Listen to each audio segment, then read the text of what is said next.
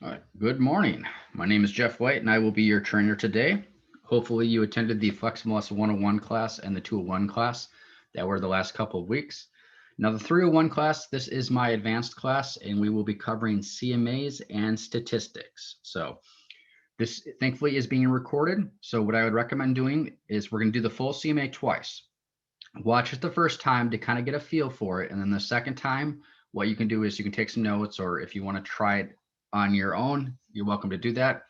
Now, everyone is muted on this call, but there is a chat window. And if you plug into the chat window and ask me any questions, I will answer them when I get a chance. Okay, so the first thing that we're going to do today is the full CMA, which is one of the hardest things to do in the system. Now, I need to preface this by saying I am not a realtor. I'm not an appraiser. What that means is I'm going to show you how the software works on how to do a CMA, how Fleximalist works. Whether or not this would make sense in your market, that is up to you. So I'm going to show you how to do a CMA based on how the software works. But what I want you to do is practice it a few times and then talk to your broker, see how they do things differently. Now, I teach all across the United States, and some places do things differently. So again, I'm showing you the functionality, not whether or not it's a good idea. I just want to make sure that, and I will reiterate that throughout the class, because a lot of people, they think, like when I was an MLS director, they come to me and say, hey, can you do a CMA for me? It's like, I can show you how to do it, but legally, that's not how things work. So I just want to make sure you're very aware of that. Okay, so the first thing that we're going to do with a full CMA is we're going to focus on our subject property. So for this scenario, we have a client that purchased a house about 5-6 years ago, towards when it was bottoming out, and now they want to sell it. So they've asked you to do a CMA. They want to see what they can get for this house. So the first thing whenever I do a CMA is I like to pull up my subject property. And I'm going to do that by going up in the quick launch. If you remember in our last couple classes, we've used this quite a bit. So I'm going to type in the address of my subject property. And I'll just pull up this top one right here. And I'm going to open this up into a new tab so I don't lose what I'm working on. So the reason I'm pulling up my subject property is I want to search for comps, but I like to search for comps first. Now, some people, what they will do is they'll go to the menu and then go do CMA, start from there. I find it's a lot easier to search for comps, because what I want to do is I want to get my comps as close as possible to my subject property. Now, in the CMA, I will show you how to do some basic adjustments, but normally I don't even touch adjustments because that is where people get themselves into trouble. They don't know what something is worth, they'll adjust it, and then they'll end up giving a CMA to a client that is just way off. So again, I'll show you some basic adjustments, but really what I want you to focus on is getting your comps as close as possible to your subject property. Now for this class, I've purposely chosen what I've considered an easy CMA, where my comps are very similar. It's a cookie cutter neighborhood, that kind of thing, because I know they're not always that easy, but I want you to see what it looks like when it flows well, so you can practice that a couple times, because again, you're not always going to have an easy time doing a CMA. So again, what did we just do? We typed in the address. If you want to write this down, 947 Dynamo. So do 947 Dynamo Lane. I'll use the top one, and this is when my client purchased it. And if you want to make sure you know when it was purchased, we can just go down to the bottom and see the close date. Okay, so it was 2015. So 10/2/2015. So more than 5 years ago. Okay, so when I'm looking at this subject property, I'm going to write down things that I'm going to use for my comps to narrow down. So the first thing that I'm going to write down is I'm going to look for the subtype. And I see that is single family residence, so I'm going to write that down. Now, obviously, I want to get the same subtype. I don't want a condo. And so you'll notice in the next 5 minutes or so, I'm choosing specific things to narrow down my comps. That doesn't mean these are the only things you would use to narrow down your comps. I've looked at the subject property and the comps and chose some pretty basic ones, But if you know the area, you might get a little bit more specific. So don't get focused on just the things that I use. I just want to show you the process so it'll be easier when you do it yourself. Okay, so we have a subtype of single family. So I want to make sure I have that written down.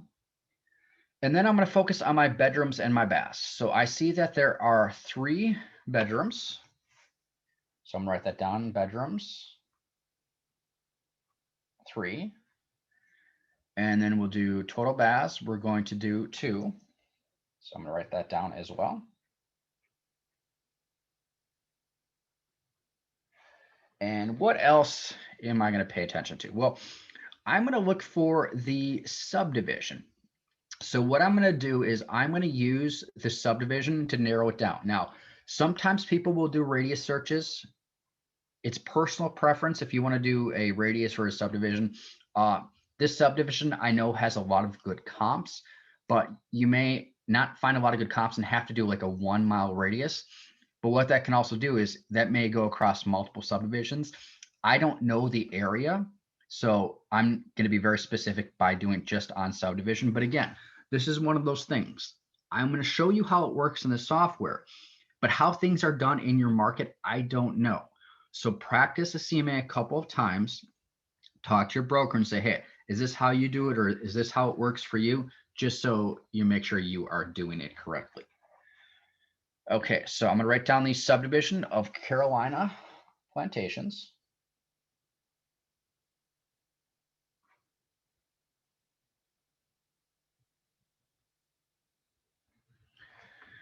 And then next thing I'm looking for is the year built.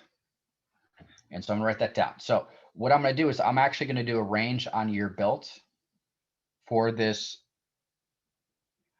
property. Now, the scenario here is we're going to actually use a year built range from 2010 to 2012. And so hypothetically, the reason I'm leaving it off at 2012, even though this house was purchased in 2015, let's say I know this area and that there was a different builder after 2012 and construction quality isn't as good. So I want to make sure that my comps are as close as possible to my subject property. Again, I'm choosing specific parameters to narrow these things down. Whether or not that makes sense for you, you'll have to make that decision. Now, lot acres is something I would usually do as well, but I happen to know all these are basically between 0.2 and 0.3, so they're very similar. Again, a cookie cutter neighborhood, so I'm not going to worry about that. And then what else am I going to focus on? Let's see. I'm going to do garage, attached garage spaces too. So let me write that down.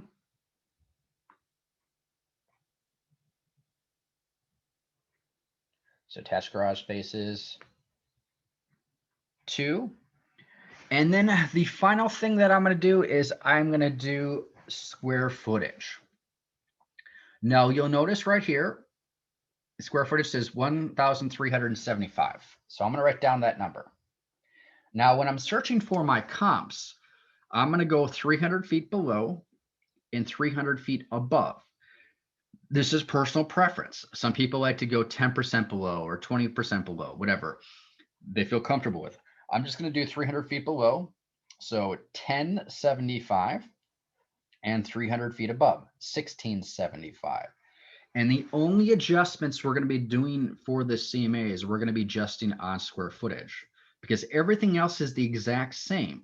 So we're going to adjust the price. So if our comparable property has less square footage, we're going to assume it has the same square footage as our subject property and it'll raise the price. Now, if our comparable property has more square footage than 1375, we're going to assume it has the same square footage as a subject property and it will drop the price. So that's the only adjustment we're going to do because I don't know what bedrooms or bathrooms or anything, what that is cost in this neighborhood. But thankfully, I have a nice, easy CMA here where I can get everything else the exact same. And so that is what my comps are going to be based on. Okay, so let me just run through this process one more time to make sure we understand what we're doing. So we have a client who purchased this house in 2015. And let's say they had their kid was going to college or something, kids out of college, they want to sell it. They see the market is getting hot And so they want you to do a CMA. They want to see what they can list this for. So they purchased it for 129. They're hoping they can get quite a bit more money. So you plug in the address of the subject property, and I would also write down the MLS number. So 8016-9015. And I'm going to pull up that subject property. So when I pull up the subject property, I'm looking for key things on the detail report that are going to help me find my comps. So the first thing I always focus on is the subtype. I want to make sure I'm not including condos or townhouses in there. Then I do the number of bedrooms, which is 3. I'm going to do total baths, which is 2. I'm going to make sure I have my subdivision. Now, again, this comes down to personal preference. You could do a 1 mile radius around this address if you want. I'm just going to keep it simple with a subdivision, narrowing it down. But maybe the second time we'll do this, we'll try it with the 1 mile radius. Because again, we're going to go through this process twice. Then I'm going to write down my year built, which is 2012.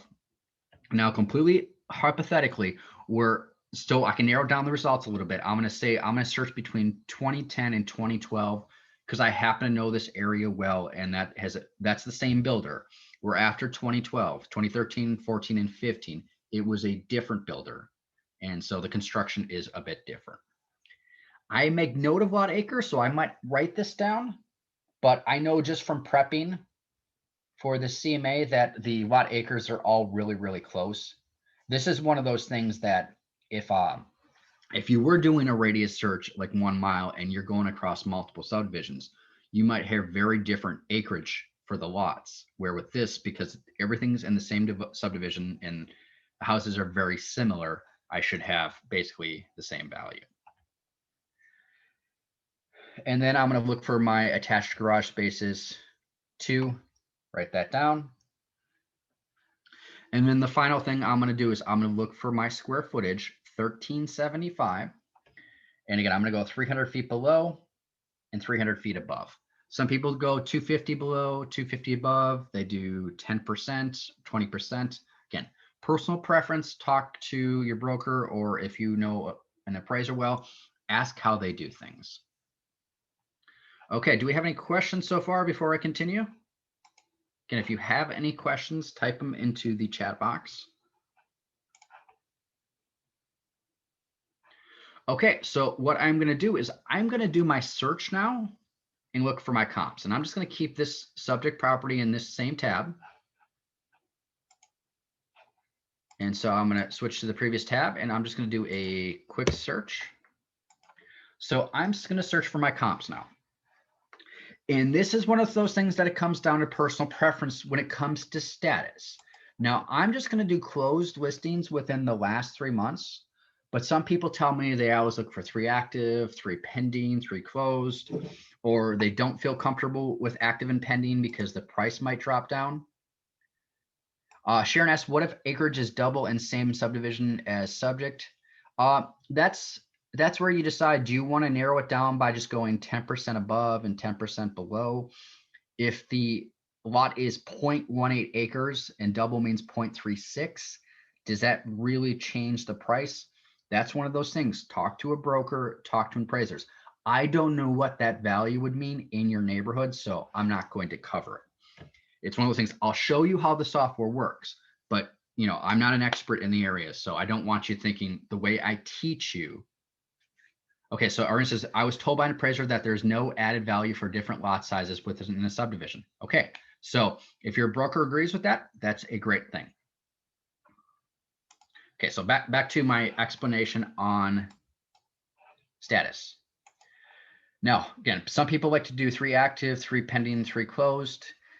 I find usually people will pull in more actives and pendings if they just aren't finding a lot of good comps. I happen to know there's a lot of good comps. There's actually more than I even need. So I'm just going to focus on closed. But look what happens when I click on closed. It's going to get a drop down, and I mentioned this in the previous classes, but watch your mouse behavior. When this arrow switches to an index finger, it often will tell me I can click on it, but then give me help text. So this is 366 days back. That's way too much.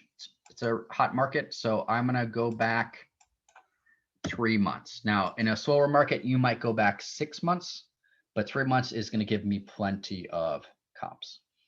So now what I'm going to do is on the left side, I'm just going to start plugging in that data that I took the notes on from my subject property. So the first thing I'm going to do is subtype of single family residence. And the number of bedrooms, we're going to go 3 to 3.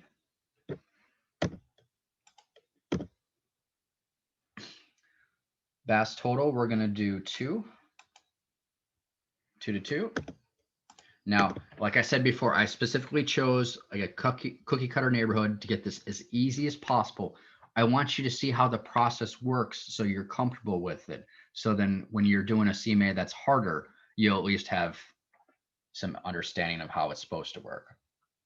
Now, I'm not going to do city or marking city. We're going to choose the subdivision instead. So I'm going to do subdivision, and I'm going to start typing in Carolina Plantations.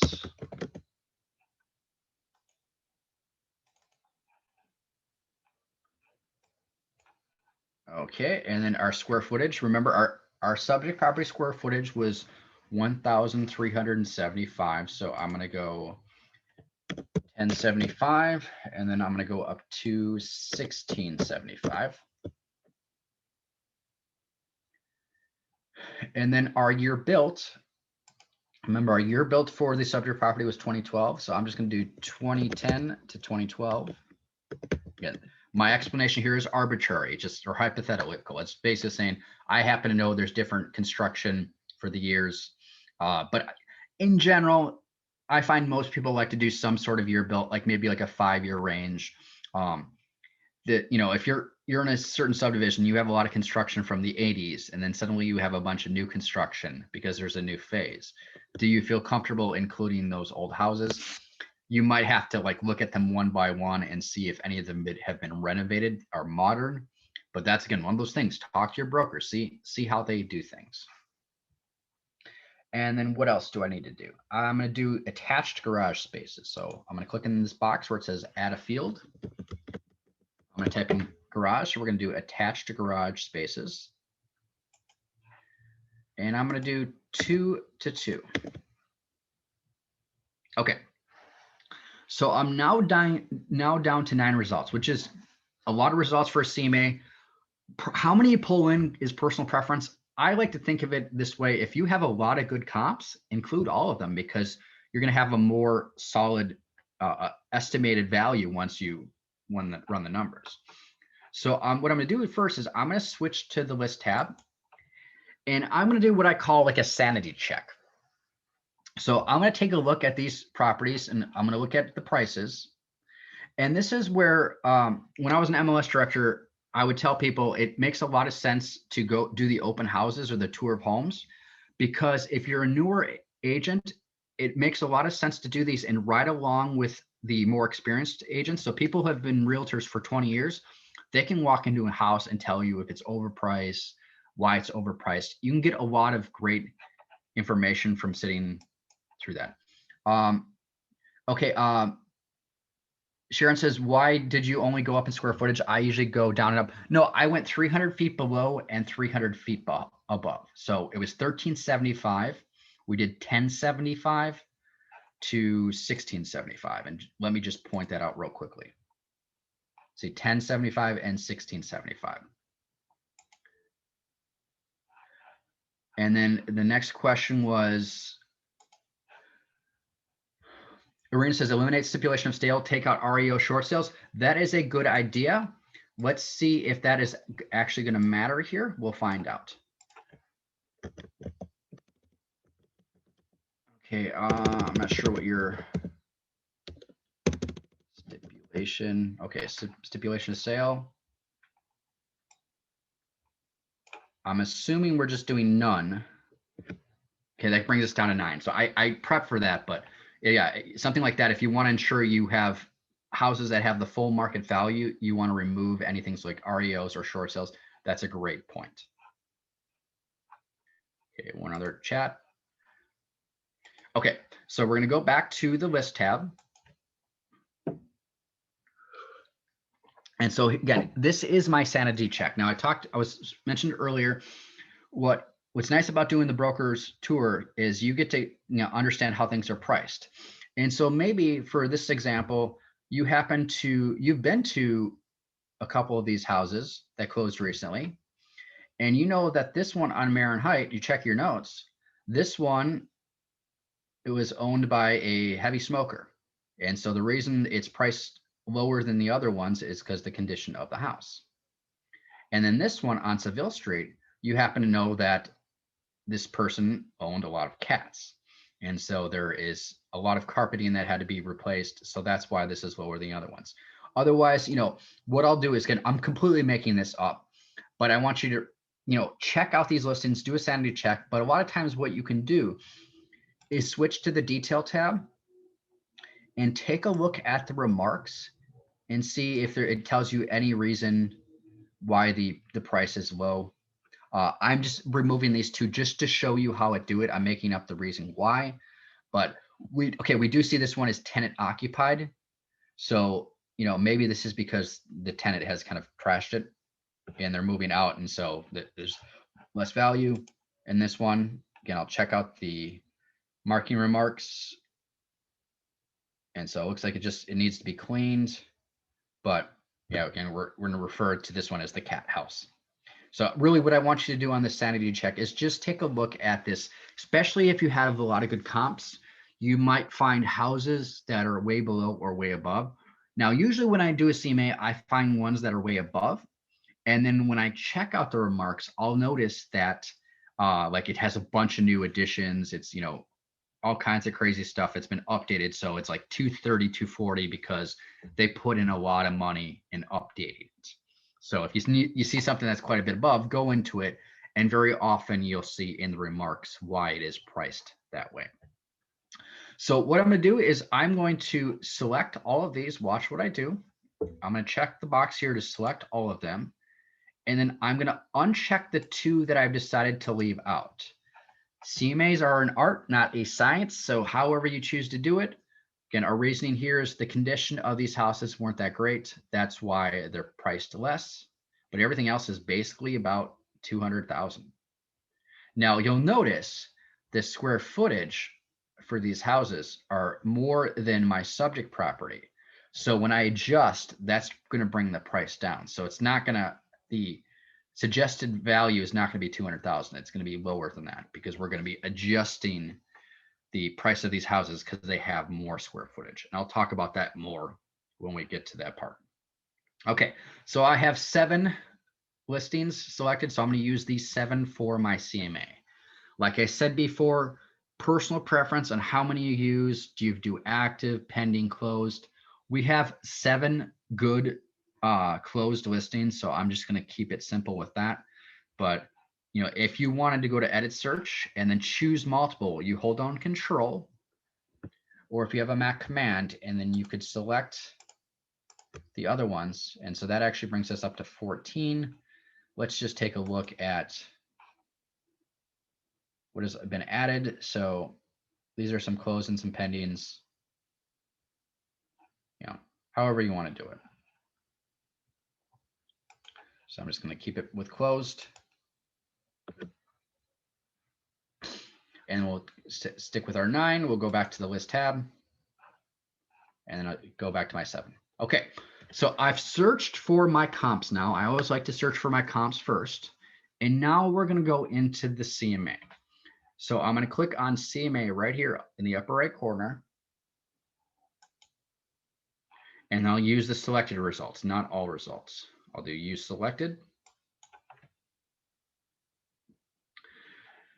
Now you'll notice that there's 3 types of CMAs, and we will go through all 3 of them in this class. Now the full CMA has a subject property. You see that right here, subject property information. So the purpose is we are trying to price a house for a client. Now a quick CMA has no subject property. It's just side-by-side comparisons. How I like to use a quick CMA is I like to use it like a cover sheet. So let's say I'm going to go see 4 houses with my client this weekend. Now I can print out 4 listing reports. And so there'll be 4 full reports with all the information. But as a cover sheet, it's really cool just to put those houses side by side on the cover sheet. So you see at first glance, which one has this number of bedrooms, this one has this number of bathrooms, price, that kind of thing. And then the statistical CMA, this is just basic number crunching.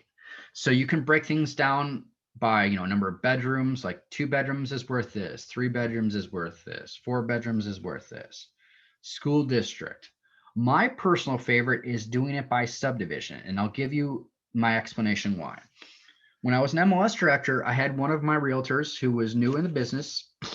He came into my office and he's like, I'm new, but I want to get experience working open houses. And he worked at a big brokerage, and a lot of the more experienced realtors would allow the younger ones to volunteer for their open houses when they were busy. And so it's like, I don't want to just volunteer for any open house. I want to volunteer for the open houses in the busy neighborhoods where there's actual sales. Because he'd take all my classes, like he took my portal class, which we did in the 201, learned how to get people into the portal quickly. So, you can pick up potential clients that way.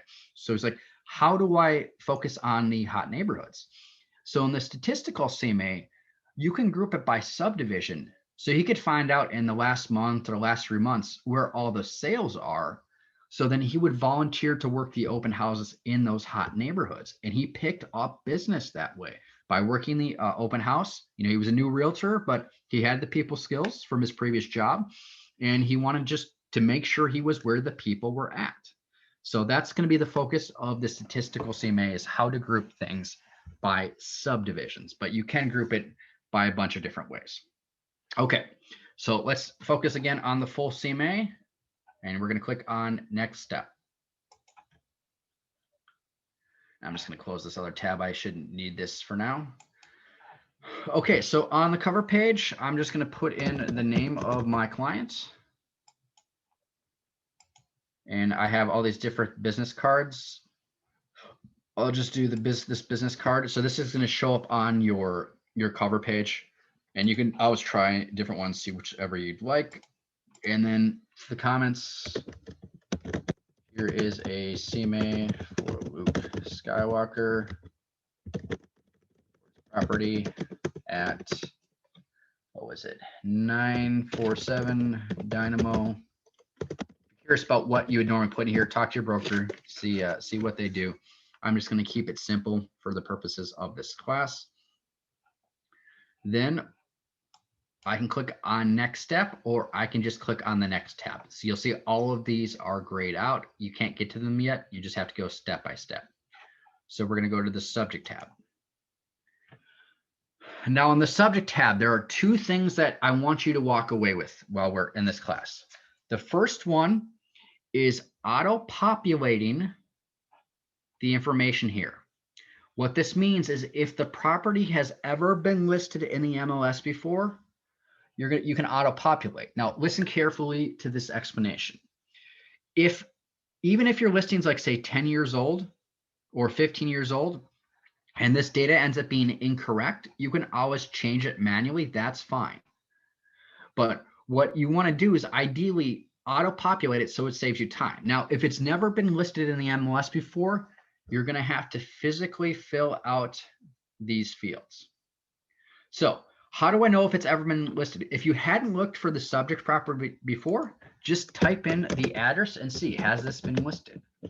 So I type in 947 Dynamo, and I'm just going to use the most recent MLS number, and I would write that down if I hadn't already written it down. So 8016 9015. 8016 9015. So once I have that MLS number, I can go to the auto populate fields from existing listing. Click on this. And then I can plug it in, 8016 9015. Click on submit. And so it fills out the information from the report. Now, be aware that you may notice that some things are missing, like lot dimensions and Cobra zone. This property was listed in 2015. So often what will happen is you'll have fields that are added after something has been listed. So there's no data there. Now, if you happen to know this information, you can just plug this information in manually. And like I said before, if this information is incorrect, let's say it was actually 4 bedrooms, you can just click there and type that in. But the focus here is if you have an MLS number, no matter how old, it will fill out some of this information for you. And so that is a really cool thing that you can do. Now that's the first thing. We're auto-populating fields from existing listing. Like I said before, if there is no MLS number, you have to manually fill out this information. Now, one cool thing you can do is upload photo to replace this. Let's say, it's been repainted or there's been some changes, some landscaping, and you want to make sure you have a current photo. You can upload the photo to swap that out. So the first thing we're really focusing on this subject tab is the auto populate. Now, the next thing we're going to focus on is this template. You see template, and if I click on here, I see it just says none custom fields. So what I'm going to do is I'm going to add new items. I'm going to add some more fields that are important to me and then save the template. So whenever you're doing like a residential, you may find you're always adding certain things. So I'm going to click on new item, click here. And then I'm going to do, it's okay, so the days on market, let's do cumulative days on market isn't there. And then I'm going to do, let's see, what else? I'm going to do construction. I'm just going to add some random fields just to show you how this works. New item. Now I happen to know that these are all in the same subdivision, but if I was doing like say a radius search, I might want to do, where is subdivision? There's subdivision. And then let me add one more. Let's do master bedroom level.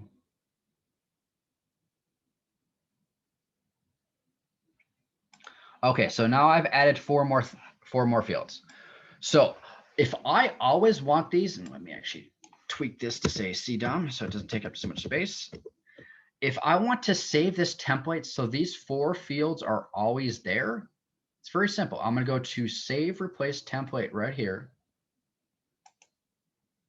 And I'm just call it like say my residential template. And this can be my default one. So every time I go to do a CMA, all those fields are available. So click on yes, click on save template. Now you'll notice there's no data in these fields because I auto-populated before I added them. So I'm just going to do this one more time. Now the next time you do a CMA, you only have to auto-pop once. So we're just going to do that and see, do we get any data? Okay, so there's no information on the master bedroom level, but on the newer listings it probably is. But again, you can just plug in this information. Okay, so I'm good with my subject tab. And then now I'm going to go to my comps. And so I see my comps here, and this is where you can kind of do a final sanity check. Does anything jump out at you as too high or too low? I like to search for my comps first. I find it's the easiest way to do it. But you do have an option to add more comparables. So look what happens when I click on add comparables. Now it gives me a way to search for more comps. I find, again, it's easiest to do it beforehand, but the one option you have available here is non-MLS comparables. So if you click here, then you create new comparable. Now it's because it's never been in the MLS. You have to fill in all this information. And so you can add this. Now, I've spoken to a lot of appraisers, and they say when they do an appraisal, they won't use non-MLS comparables because if it was like for sale by owner or something, it's not subjected to the full market value. And so the price may not be accurate, and that will end up skewing your CMA yourself. So whether or not you include non-MLS comparables, if you have no other choice, I would talk to your broker or talk to an appraiser. But that's one thing I find that a lot of appraisers, they just won't do the non-MLS comps because, again, they want something that has been subjected to the actual market, prices going up, prices going down. And so non-MLS comparables don't have that. So I'm going to return back to CMA. And so we have our comps, and then I'm going to click on next step. Now, adjustment screen. I would recommend just skipping over this unless you know what you're doing, because this is where people get themselves into trouble. Now, I'll show you this process, but don't take this as gospel. Talk to your broker, see how they do adjustments. And the reason I really want you to talk to your broker is because I'm going to show a way that some people agree with and some people don't. And what I mean by that is I need a price per square footage. So the only adjustment we're doing is price per square foot. And if I pull up my square foot heated, I notice that these all have more square footage than my subject property. So it's going to lower the price down. So I'm going to pull up sub of Carolina Plantations. I'm going to open this up into a new tab so I don't lose my work.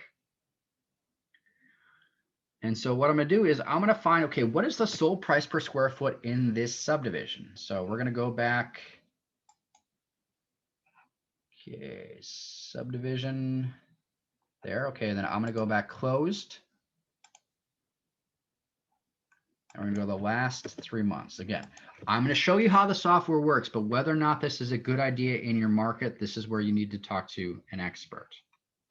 Because and I'll explain it in just 1 second. Because if I go to the compare tab, and then I go to search statistics again. So we search for some sold listings in the last 3 months. We have 27. And then we go to search statistics.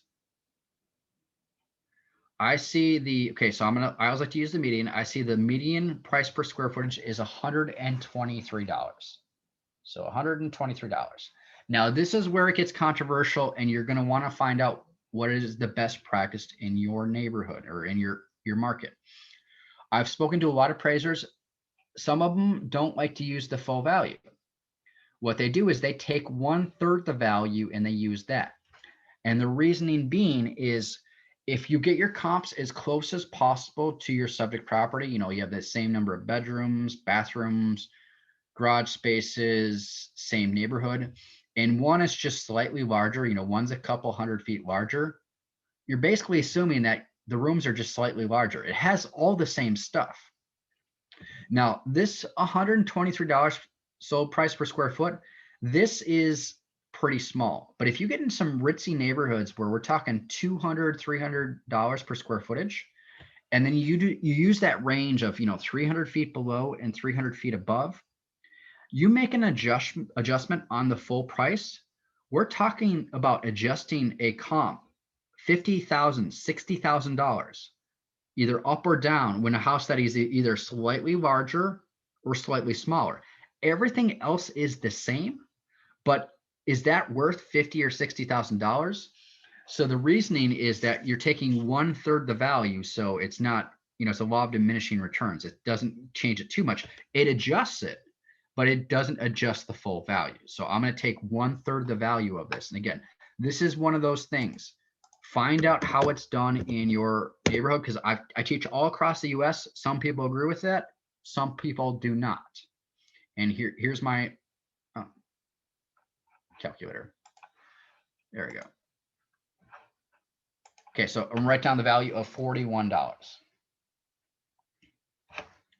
So again, I'm not an expert. I can show you how to use the software, but whether or not it's a good idea in your market, speak to an expert. I can't clarify that enough, because people just think, oh, he knows how to use the software, he can do a CMA for me. No, I can show you how to do a CMA. I can't do one for you. I'm not a realtor. I'm not a licensed realtor. I'm not a licensed appraiser. Okay, so I have $41. So what I'm going to do is I'm going to switch back here. And what I'm going to do is I'm going to edit my adjustment list right here. Edit adjustment list. And you'll notice I have one for 38. So when I did this class probably about 4 months ago, I'm just going to remove that. So let me do this one more time. So what we're going to do is we're going to edit the adjustment list. And we have nothing there. So I'm going to click on add new. We're going to do the property type of residential. We're going to do total square footage heated. That's what our value was. And then we're going to plug in that number of 41. So what this does is if you have comps that have less square footage as your subject property, it assumes it has the same amount of square footage. So it raises the value, $41 per square foot. If your comps have more square footage than your subject property, it assumes it has the same amount of square footage. So it lowers the price $41 per square foot. Click on save. Then once you do that, it's going to return to the CMA and you're going to do the auto adjust comparables. When you do that, it's going to give you a pop-up that says it's going to adjust these. Click on OK. Okay, so it says lack of information on the subject property. And so it's not actually going to let you do it. So this will happen. It's because all of these are more. Let me just go back to the subject to make sure we have the information. Okay. So the next time we do the CMA, we're going to specifically choose subject properties that are comparable properties that are below the subject property, so you can see that process. Then we go to summary. Now, when we go to the summary, we see a price analysis. We see the low, average, median. And then we see, so the average list price, average sold price, days on market. So the things you can glean from here is really what I focus on is this right here. Average sale to list price, 1. So 100%. So basically people are listing their properties and getting what they're asking for. And the properties are going very, very quickly. So this is good news for your clients. So when you give them the CMA, you can circle this and focus on, hey, when we list something, the price, we're going to go for the full price that we think we're going to get, and we should ideally get it. And the properties are going very, very quickly. So then I'm going to go to the recommendation tab. And so the recommended price is $199. Now, we didn't do any adjustments because the system didn't let me do adjustments. So the next time we go through this, we're purposely going to keep properties that are below. So I lowered the lower price houses, but those were the ones with the less square footage. So we're going to skip the story about the cat and then the smoker. We're going to keep those in, and then you'll notice that our recommended price is going to be lower. This is why I say that a CMA is an art, not a science. You can do a CMA, include 1 or 2 things differently, and get different prices. So that's why I want you to practice as many times as possible. Then talk to your broker and say, hey, this is how the software works. Does this match up to how you do a CMA? And then we're going to click on next step. And then on this screen, what I'm going to do is I usually like to just click on view. Hold on, I need to move something. I click on view. And when I click on view, what it's going to do is it's going to show me a CMA with everything. So it has the subject property, has my business card, comments. Here's my subject property, and then with my comparable properties. You see them all here. They're all very, very close. And then if you keep scrolling down, we see here's my subject property information. And then when you get to comparable properties, what it's going to do is it's going to show you your subject property, and then it's going to show you 3 comps side by side. And then subject property and 3 comps side by side. So we had 7. So subject, another comp.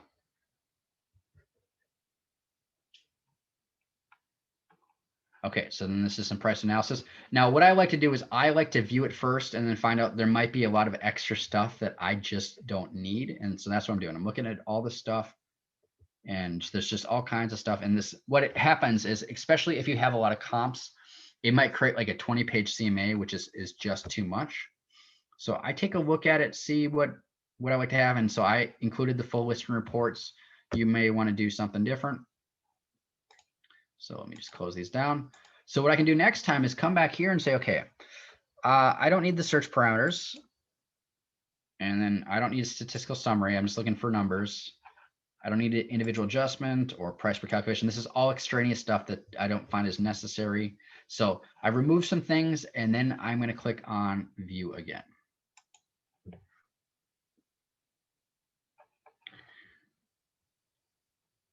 And then so now we have less information that I didn't feel it was necessary. So basically the same format. We have the subject, then we have the comparable properties, the three compared side by side.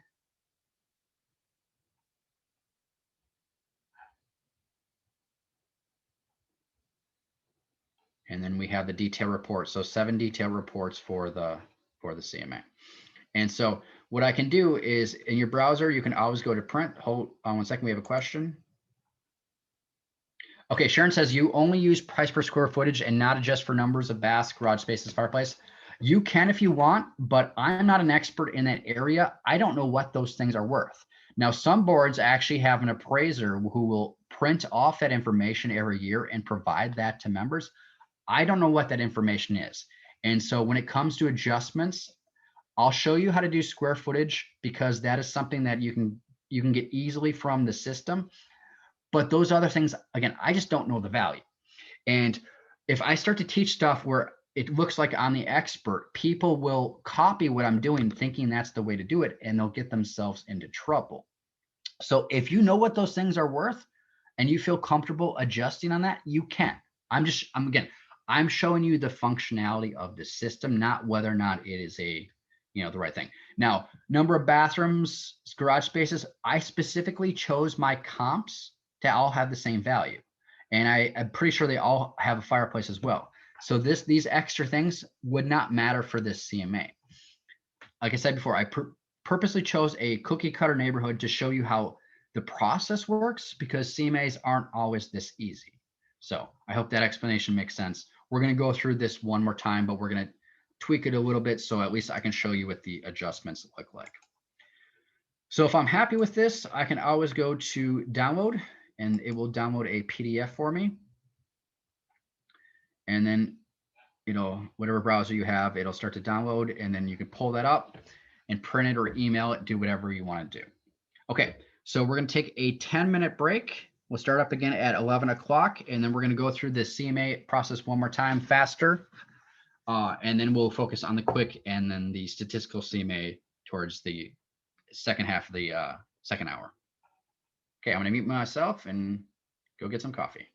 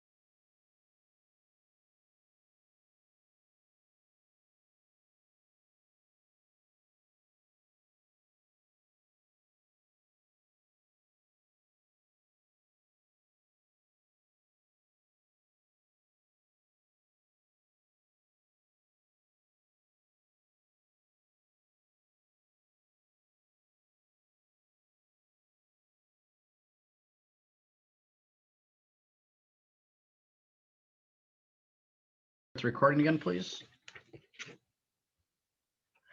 Okay, so the first hour we did the full CMA. We're going to go through the same process again. So make sure your notes are good and that you understand. Now, like I said before, a lot of times people will do a radius search. I'm going to do a radius search this time around the subject property. So, but first what I want to do is, just like we did last time, is I want to pull up my subject property so I can get the data that I need to search for the comps. So we're going to go through this a lot faster than the last time, but I just want to make sure you understand the process. So the things that I wrote down was I did the subtype, single family residence. Again, because if it was a condo or a townhouse, I want to know exactly what it is. We then did 3 bedrooms, 2 total baths. Now this time I'm going to skip over the subdivision because I'm going to use a 1 mile radius. Now it just so happens that this is going to show us the exact same houses because that subdivision is pretty big and it's going to be the exact same comps. So, but a lot of times that's not the case. You might go across multiple subdivisions. And then I'm going to write down the year built of 2012. And I looked at the lot acres. So, but I'm not going to narrow that down just because I happen to know that all the lot acres are very, very close. And then my square footage, 1375. Now I took 300 feet below and 300 feet above. So I have 1075 up to 1675. And that is the one thing that we're going to adjust on. Now, in the last hour, someone asked about adjustments for bedrooms, garages. You can do that. And so the same process I do to adjust for square footage, you would do that same thing for bedrooms or bathrooms. So you choose bedrooms, then plug in 20,000 or 30,000, whatever it is. I don't know what things are valued in the area, so I'm not going to do that because I don't want to do a bad CMA. Whereas sold price per square foot, that's something that's very easy to find on the compare tab. So that's the one thing I do feel comfortable with. I just want you to be aware of how the functionality works. But again, whether or not it's a good idea, talk to your broker. Okay, so I have all the things that I need to search for my comps. So I'm going to start doing that. So this time I'm going to do 1 mile from, and I'm going to plug in that MLS number, 80169015. And I'll do residential. If you remember from the 201 class, this was my custom template that I made. I'll just do the regular residential one.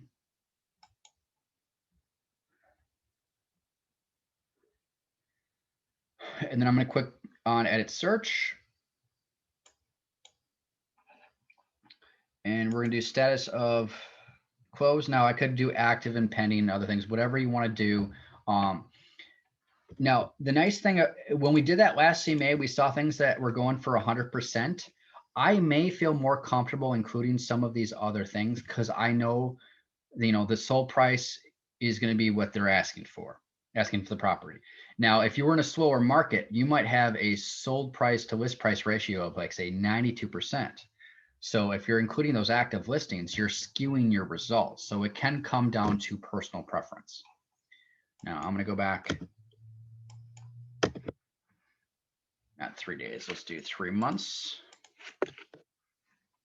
And then let's start plugging in our other things. So we know the subtype is single family residence. Bedrooms, we know there's 3. Now, if you weren't able to get a nice cookie cutter neighborhood like this, where you're having to do 3 to 4 or 3 to 5, that's where you can adjust on those bedrooms. But again, you have to know what the value of those things are. And more realtors get in trouble with their CMAs because they don't know the value, and then they're just providing inaccurate CMAs. One thing that I like to do is after I've done a CMA, I'll just point out on detail tab.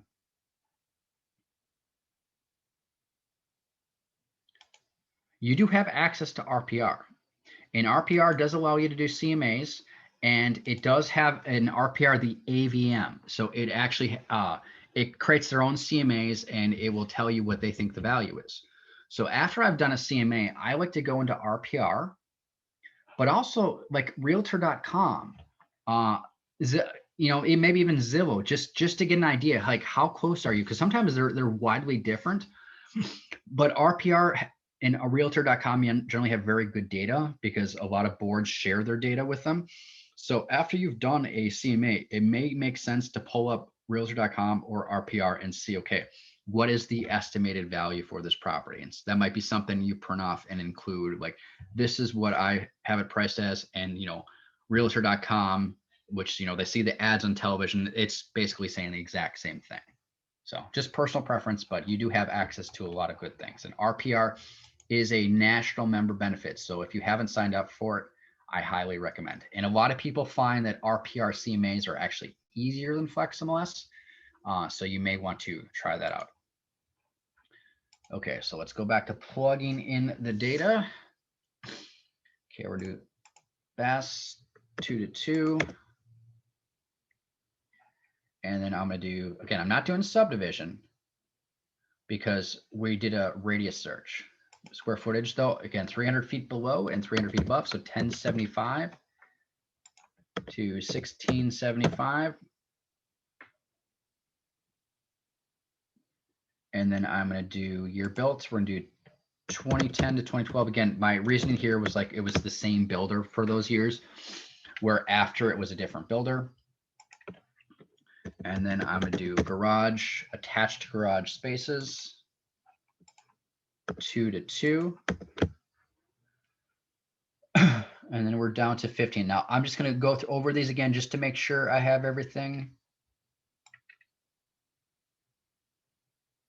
So now I've included active and pending, so I'm going to switch to the list tab. Before we had 9 results, now we're up to 15. You know, you notice a lot of the closer the active ones are some of the smaller properties. So it's personal preference what you decide to include.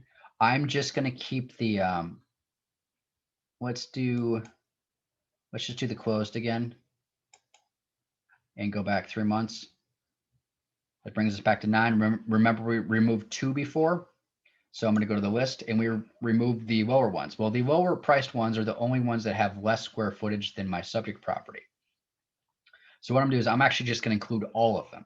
And so we're going to take 9 results this time to bring them into the CMA. How many you want in a CMA is personal preference. Again, see how your broker does it, because some people swear you have to have 3 actives, 3 pending, and 3 closed. Well, here we have a good enough of listings, and that's possible. But a lot of times when you do CMAs, you just can't find actives or pendings. Maybe you can only find closed, or maybe you can't find any closed.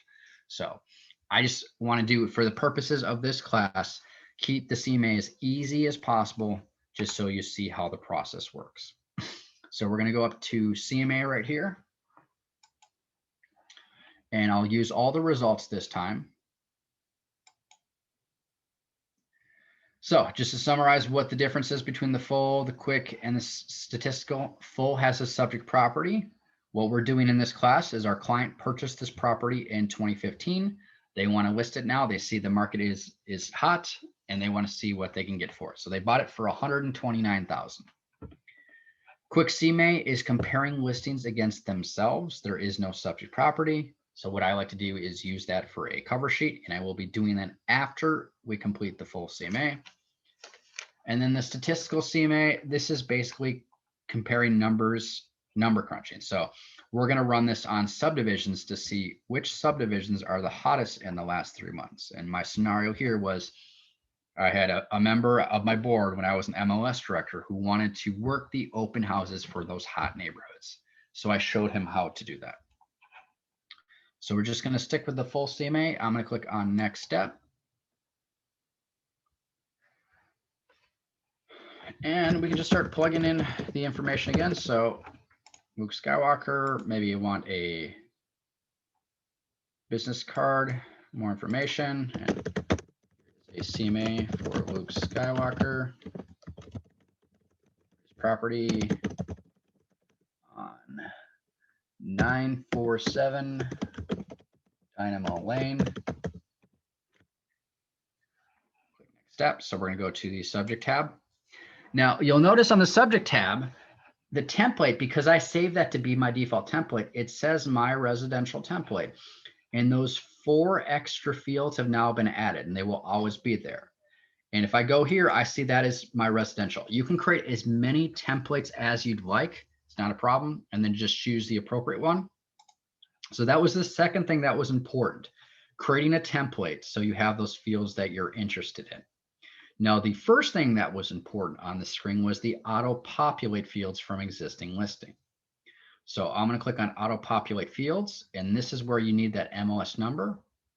Like I said before, if you don't remember what that was, just plug in your address and then just physically write it down. So 8016-9015. And then I'm just going to click on auto populate fields, plug in that information, click on submit. And because those fields were in the template, I don't have to do this twice like I had to do the first time. And I can always replace the photo if I would like to do so. Then we're going to go to the next step. Now on the comp screen, and this could be another sanity check, I'm just going to include all of them just to make sure that I have some properties that have square footage below my subject property. That's honestly, I think the only time I've ever seen that happen during a class. So I usually always have a nice range. So, okay.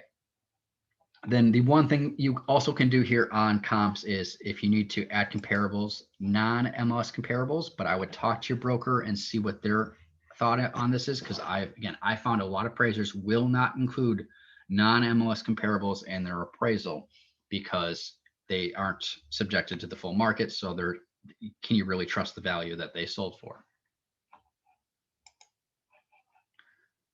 Click on next step. And then the adjustment screen. So I'm going to go back to the edit adjustment list. I'm going to remove this and then walk you through the process one more time. So I tell everyone, just skip the adjustment screen unless you know what you're doing, because this is where people get in trouble.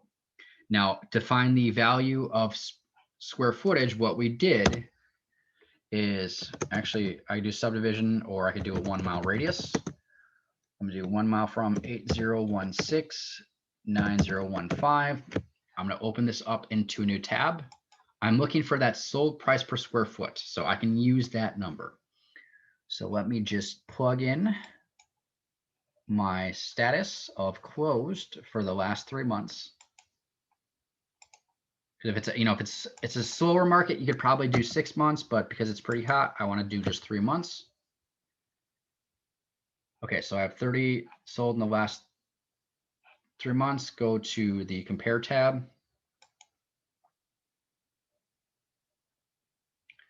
And then search statistics. Now this value should be different because I'm not just doing the subdivision of Carolina Plantations. I'm doing a mile radius. So we're going to have a value of, give it a second to load.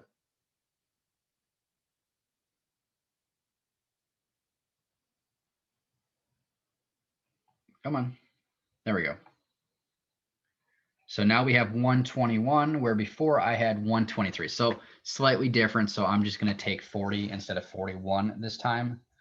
But again, our reasoning is I'm taking 1/3 the value because the law of diminishing returns. Everything else is the exact same.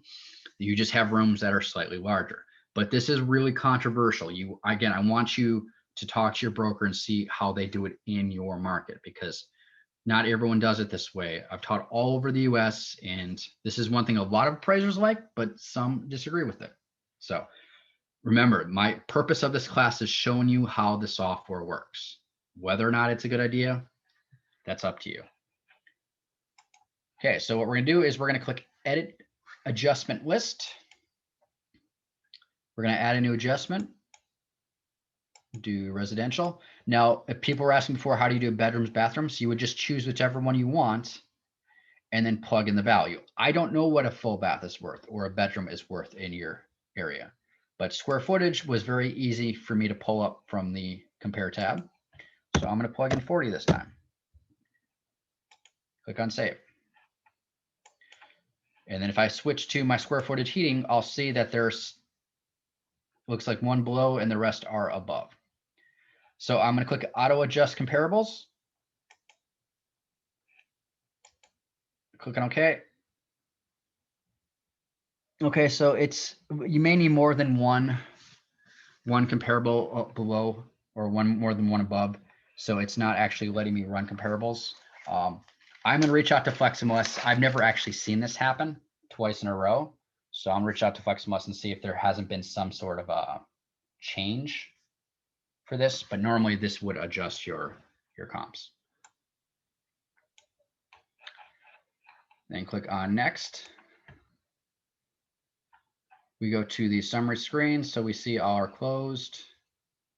And the key things I really want to focus on here is, well, average sale is 100%, and then days on market is 7. So even less than the 9 we saw before. So these are the things that I would like circle or I'd highlight, letting my client know.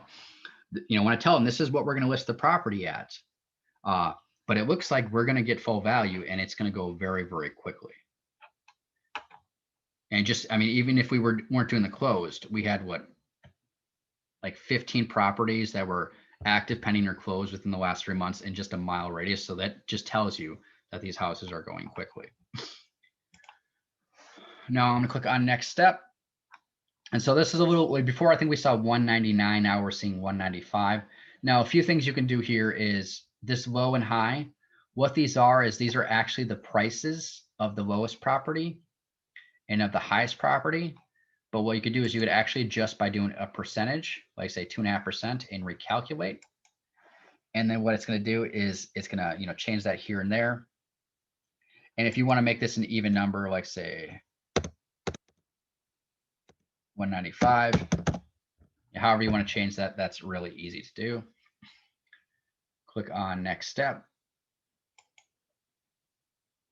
And then on the finish screen, what we did here last time is I click on view with everything selected, and then I decide, okay, what is extraneous? What don't I really need? Then I come back and then I uncheck the things that I'm just not interested in seeing on that CMA. And now we have like 9 listings. I may not want to include a full. I might want to do a different type of report, just personal preference, however you want to do it. And then click on view. And so if we're happy with the CMA, what we can do is we can click on download and download it as a PDF, which I could share with my client by email or print it off.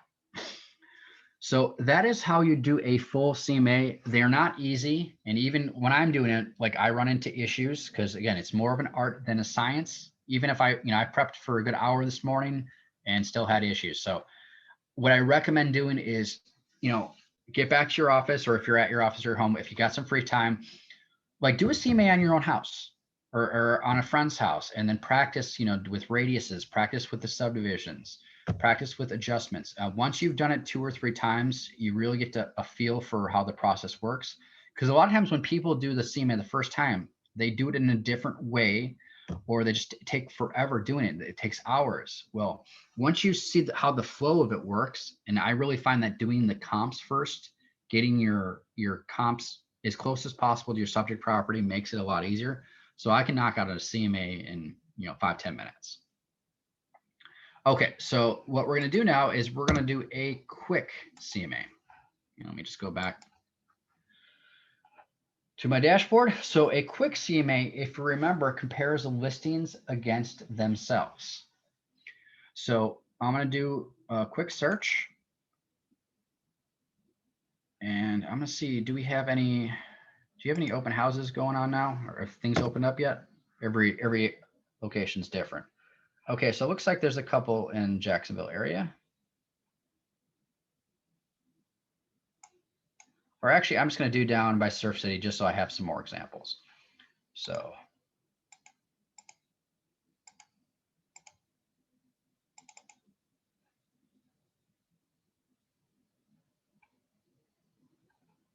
okay, so I got 3, or maybe we'll make that a little bigger. We'll try to get 4.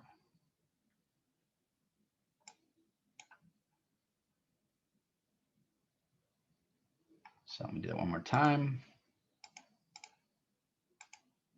Stop moving my mouse and then I double click and it will finish the shape.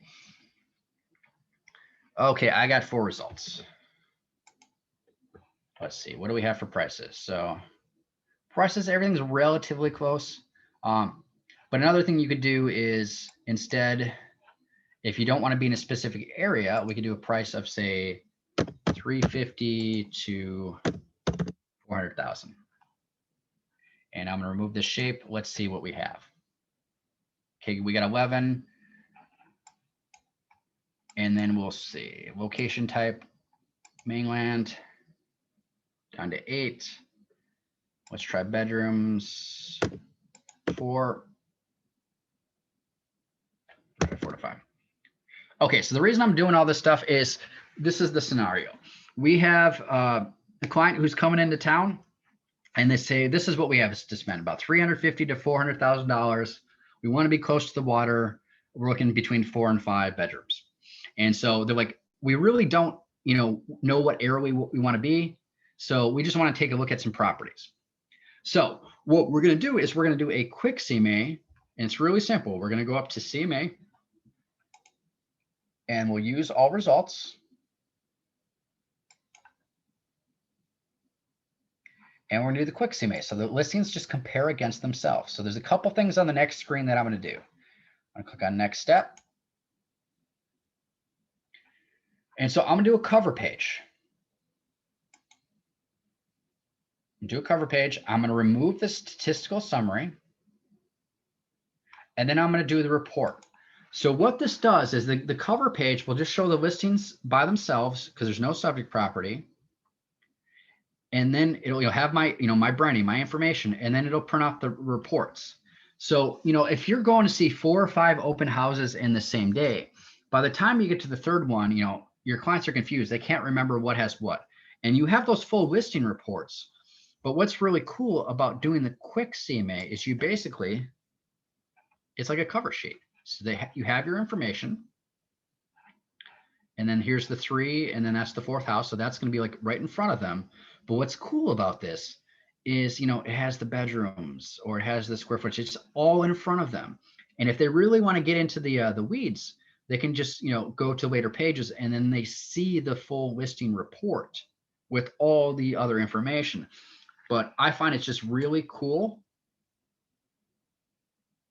to do this. And the reason I learned about this is I was looking for properties in Miami Beach, and the realtor I was working with, she did something just like this. Like we were looking at like 5 or 6, but she had like a cover sheet like that they were right in front, because by the 3rd or 4th apartment, I could not remember what was what, but by looking at this cover sheet, I saw exactly where everything was. Now you'll notice that this right here, all this information down here, this is your default template, because watch what happens when I'll go back and do this one more time. When I have some results, I go into CMA, use all results. I go to quick CMA. The quick CMA automatically starts at the end, the finish. You don't actually do any of these things. If you need to make tweaks, you could go to, like, say, the subject tab and, add some fields or remove some fields if you want. But the purpose of a quick CMA is to do it on the fly, and you're just, you're pairing listings against themselves. So you go to the finished, and, so it also make you do things like locate, whatever. But the quick CMA is a fast way to do it. Sometimes what's really cool is if, your client is looking at a bunch of properties in a certain neighborhood and wants to see them side by side, you can do that. But we'll just do this one more time, and then we'll take a look at it. So we got our 4 results. CMA, use all results. Do the quick CMA. Next step. And so key things here. I'm going to do a cover page. I'm going to remove the statistical summary. I don't need that. And then I'm going to include the report. So these are the things that I have selected, because again, I want to see my branding on it. I want them to see the listings side by side, and then the individual reports. You're going to want to make sure you do the public reports. So that is because it has just the public information. It doesn't have the other realtors' information, commission rates, whatever fields are private. And click on view. And then there we go.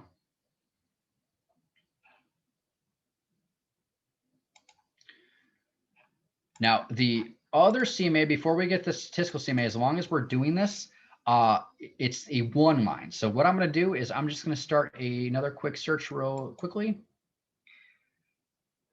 And we're just going to do active listings and pending list showings. And we're going to do we'll go back to that subdivision of Carolina Plantations, just because there's a lot of properties. Okay, so active, coming soon, pending. Okay, so we got 14 properties. So everything that hasn't closed, but that's, active, we'll say, or under contract in the last 3 months, still 14. So there's a cool functionality you may not be aware of. It is if you go up to CMA, you can do a one-line CMA. So look what happens when I do one-line CMA. And there's a pop-up.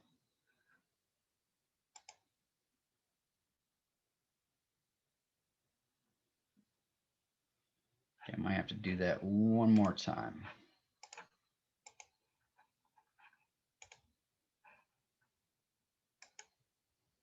There we go. Okay. So one line CMA it breaks down by active, pending, the different statuses, but we see year built, beds, baths, square footage. So this is just like a really cool way to see what's going on in a neighborhood. So we see, the average is square footage, price.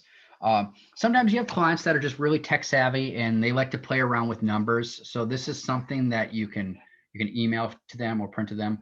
But again, we see our search parameters up at the top, and we just see some basic information. So it's not like the quick CMA where you have the photo and just some information, like something you print off. This is, if they want to play around with this in Excel or just, see the median values, like, okay, they know they want to be in this neighborhood. They love this neighborhood. They love the school district. Well, they want to know what's active and pending, or maybe you want to include closed for the last 3 months. So they can just really see visually all the numbers for that specific neighborhood. Now let's go back up to CMA. I did the one line, which it does in your browser. You can also do a PDF. And so obviously you want landscape if you wanted to include, try that one more time. Okay, I should probably change the settings so it stops the pop-ups. Let's do that. Let me change this right here. So I'm using Firefox, but I got locked down pretty hard, so that's why it keeps doing that.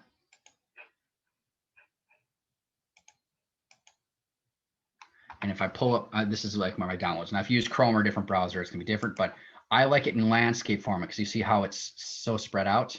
There's so much information, but this is just like a nice one-page thing that I can print off and I can provide, here, zoom in, provide for my clients. So we're focusing on one specific subdivision, but whatever kind of search you wanna do, you can do this one line, and it gives you some really cool stuff. And what I like about this is I love any of the stat stuff that shows median values, because in some areas, the difference between the average and the median can be like $100,000. Where I was working in Arizona, that was really common because you'd have these really high-end properties, and especially for things like days on market, the average would be double the days on market than the median, because you had some people that refused to drop their price of their houses.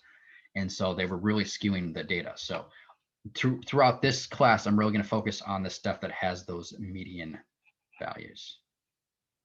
So some that I really, really like. And we'll go through this process one more time. We'll start a quick search.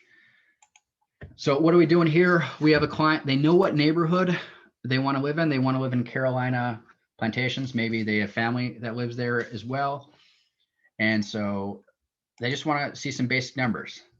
So let's do status. Remember, hold down Control or Command.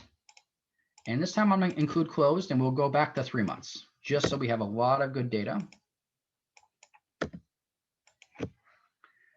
And we're going to do that subdivision of Carolina Plantations.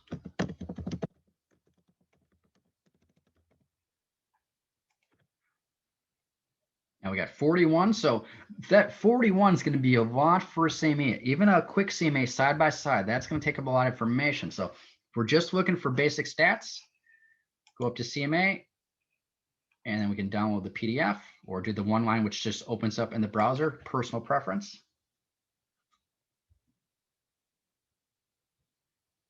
Now, whether or not a PDF shows up into a different tab or downloads, that is your browser. So notice how mine just kind of went away. That's actually your browser functionality. That's not FlexMLS. So what you'll want to do is if you looks like it goes away, it was generating it, look in your downloads folder. And your downloads folder should have a PDF. And then so here we see, now this is up to 3 pages. Why? Well, because we have a lot more. Let me just collapse that. We have a lot more listings. So we have active, pending, pending with showings, coming soon, and then we have a bunch of closed in the last 3 months.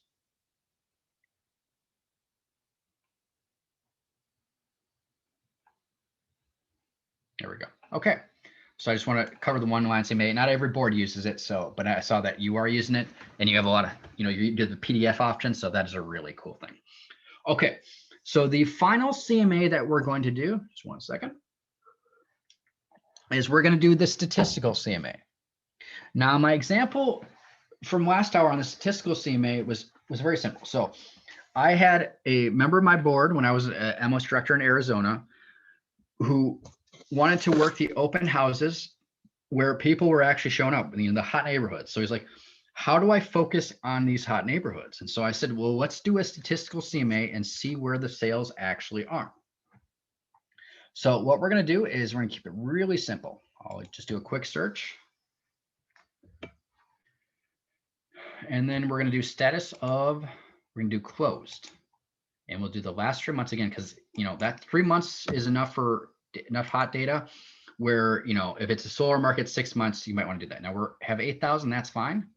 But what I'm going to do this time is I'm going to do the marketing city of Jacksonville. And that gives us 677, so that's good. Now, remember, your city of Jacksonville is different than the association. So I'll show you how, if you want to do a specific association, it's very simple. We're going to go to add a field to the search right here. If I start typing in association, it gives me the option to do a listing selling association. And I could click on Jacksonville. So before we had like 677, now we're up to more than 2,000 because again, this is the entire board. If I just want to focus on the city of Jacksonville, I'm just going to do the city of Jacksonville. But I want you to be aware that you can narrow your searches down to specific associations.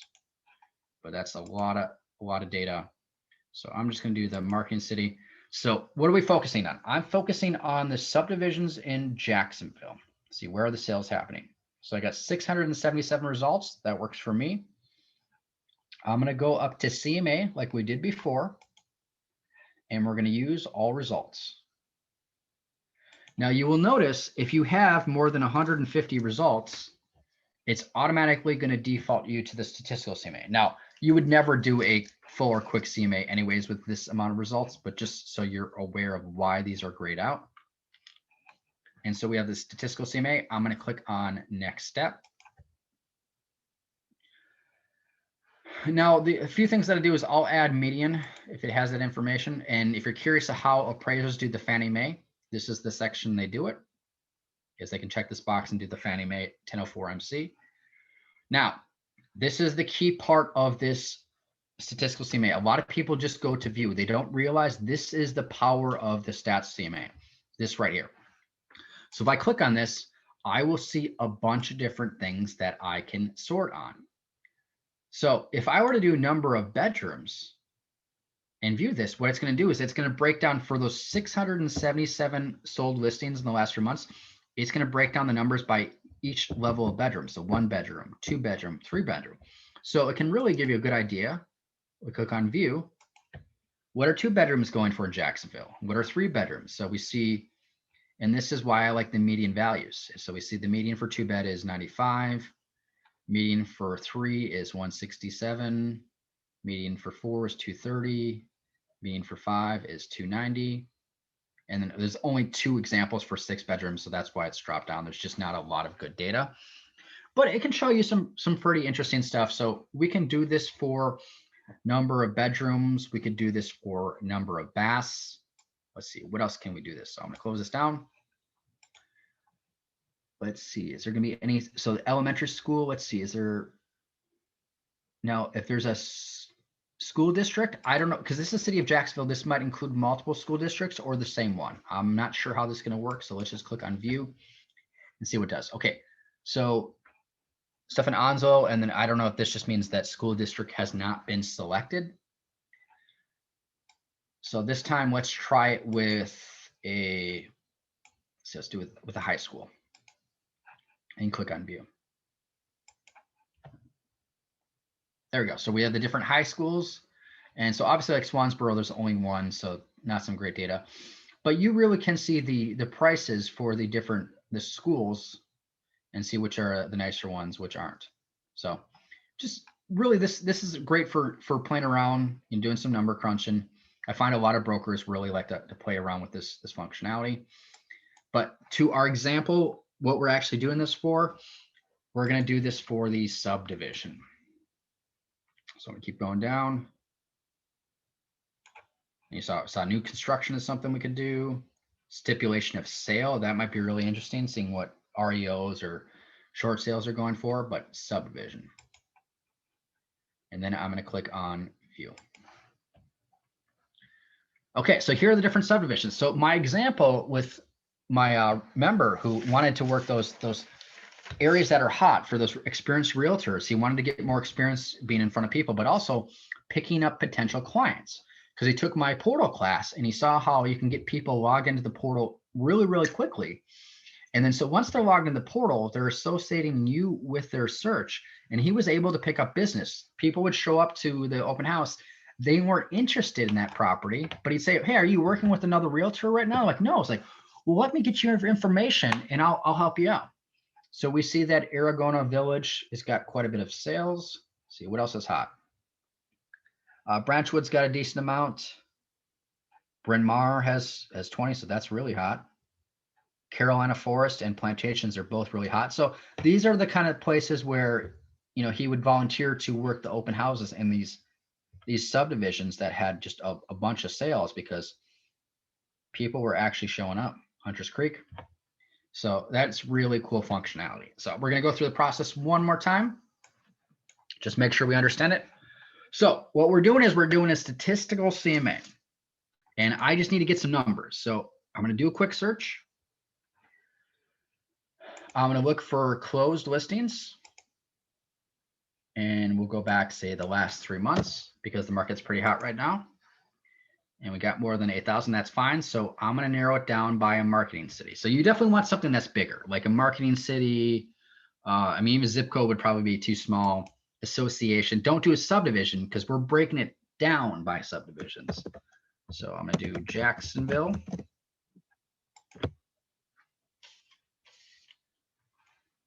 And then, okay, we got 677. And whatever city you want to do this for, it's real simple. Then we're going to go up to CMA. Use all results. Like I said before, if you have more than 150 results, it's automatically going to default you to the statistical CMA, which is fine with me. Then we're going to go to next step.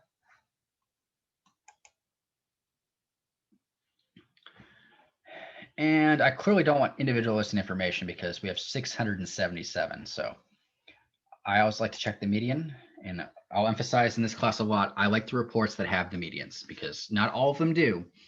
But a lot of times the average is just, they're way off. So it's nice to see the average and the median to see the difference. But I really like the median values. And then we're going to group this statistical CMA by, and our original example was this subdivision, but you have all kind, like waterfront, water view, all kinds of different things that are really cool. And so we'll do subdivision, and you can always download it as a PDF if you'd like. So it's easier to print off that way. Otherwise, you can click on view.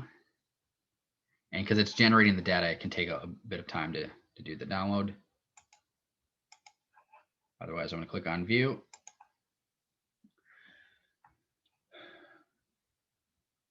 Okay, and then here we go. And so we can, you can cut and paste this. So, can select it all and then paste it into, like, say, an Excel spreadsheet.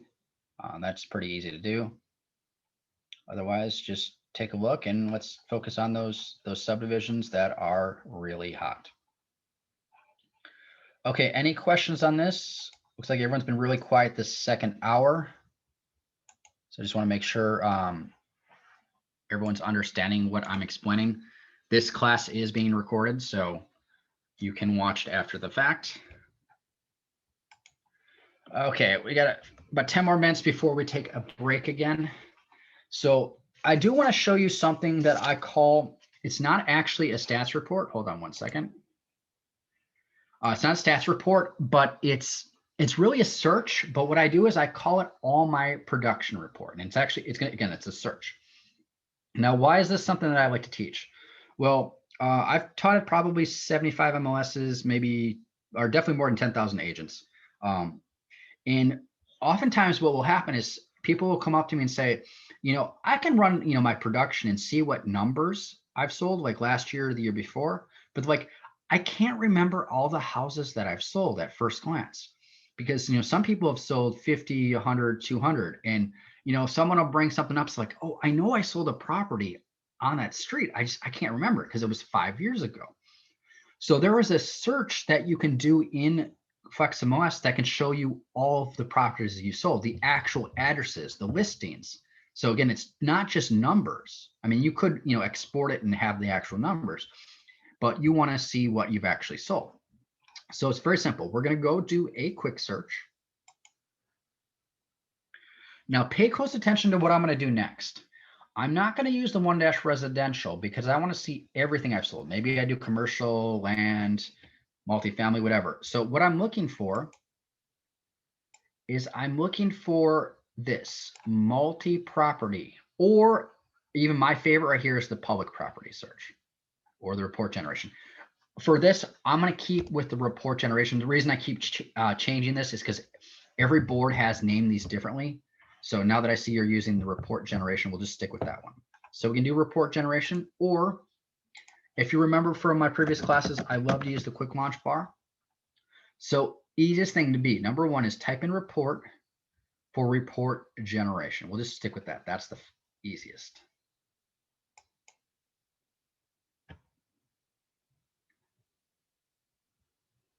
And the reason I like report generation is because all the property types are selected by default. That's why this is the easiest one to use. And don't worry about the 819. We're going to narrow this down. So first thing we do is type in report for report generation.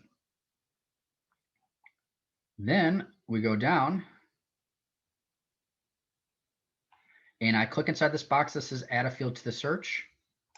But I see you actually already have it here. This isn't very common. The listing selling member is already there. So this is just making my job easier. Again, I teach all across the US. Everyone has the different FlexMLS setup, so don't always know. So what we're going to do is we're going to click on listing selling member.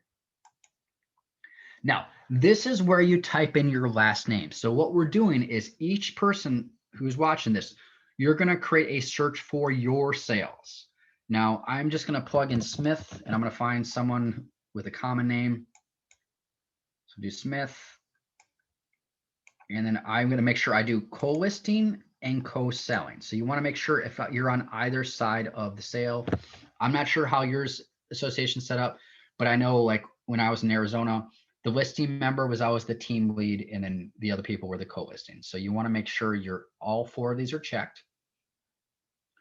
And now I'm just going to start clicking on different people to see if I can find someone who has a lot of listings. So you be searching for your last name. Okay, we got 53 here, but make sure it's blue. And then what I'm going to do is, okay, there's no status field. So we're just going to click inside the add a field to the search and type in status. And what I do is I want to add over status, and I want to see what's closed. So pay close attention to what we're doing. We're making sure we do the report generation.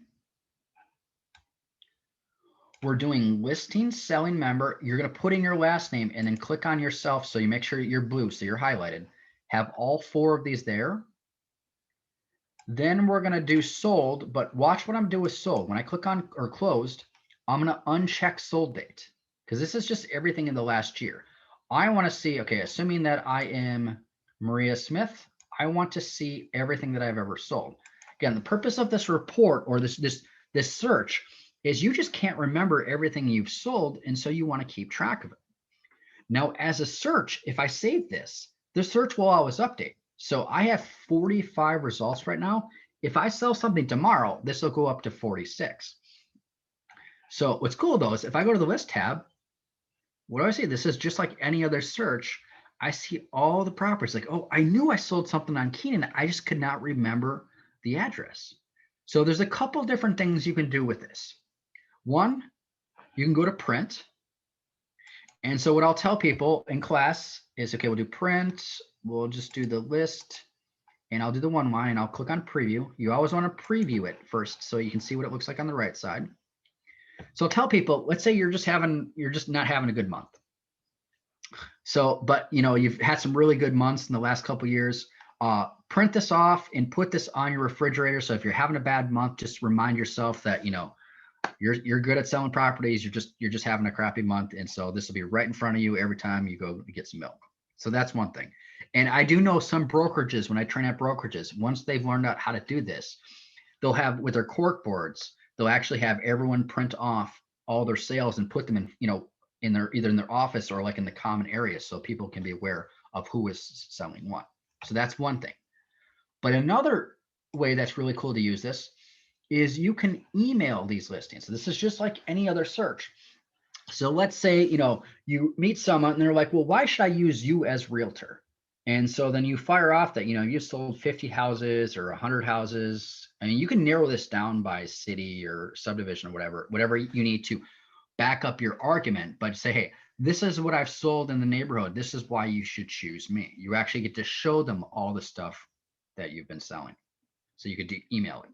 But what I like to do with this is I always like to go to print, or sorry, not print. I like to go to save, and I like to save this because right now we have 45 results, but because this is a search, it's going to keep on getting updated. So I'm going to click on save search. Now, if you remember from FlexMust 101, I like to mark favorite searches for stuff that that's just for me, that I keep track of. So all my production, something that's really easy to find, and I click on save. Now, in a few minutes, this should start to show up in the quick launch bar if it hasn't already. Okay, it's actually already shown up. So if I want to pull up this search at any point, just go to all my production. And there's my search. And so, like I said, these parameters are, it says close. So anytime I sell something, it's just going to keep getting higher and higher and higher. So let's go through this one more time and then we'll take our break. So we're looking for the report generation quick search because this has all the property types selected. Click on report generation. All the properties are selected. Then I'm looking for the listing selling member. This is already on it. So I go to listing selling member. I plug in my last name because I'm searching for myself. And let me just go to Maria Smith because I know she has some examples. And then make sure all 4 of these are checked if you're on either side.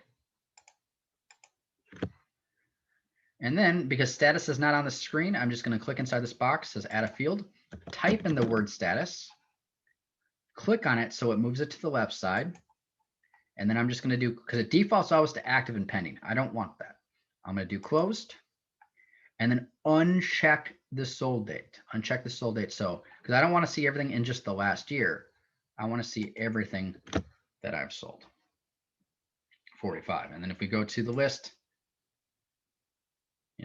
see all this information. And so I don't see anything before 2017. So it looks like in the last 3.5, 4 years, she's already sold 45. So good production. And then again, we can email it. We can print it or save it. So if we save this, this will always be available. And like I showed you before, once I save stuff, you can find them in your saved searches in all my production. Click on that. And this is available here, or you could pull up your saved searches and you will see all your searches and then your favorites. There's an actual separate section for your favorite searches. Okay, we're going to take a 10-minute break. And then in the last hour, we will be focusing on, like, say, 3 or 4 stats reports, depending how much we get through. And okay, see you in 10 minutes.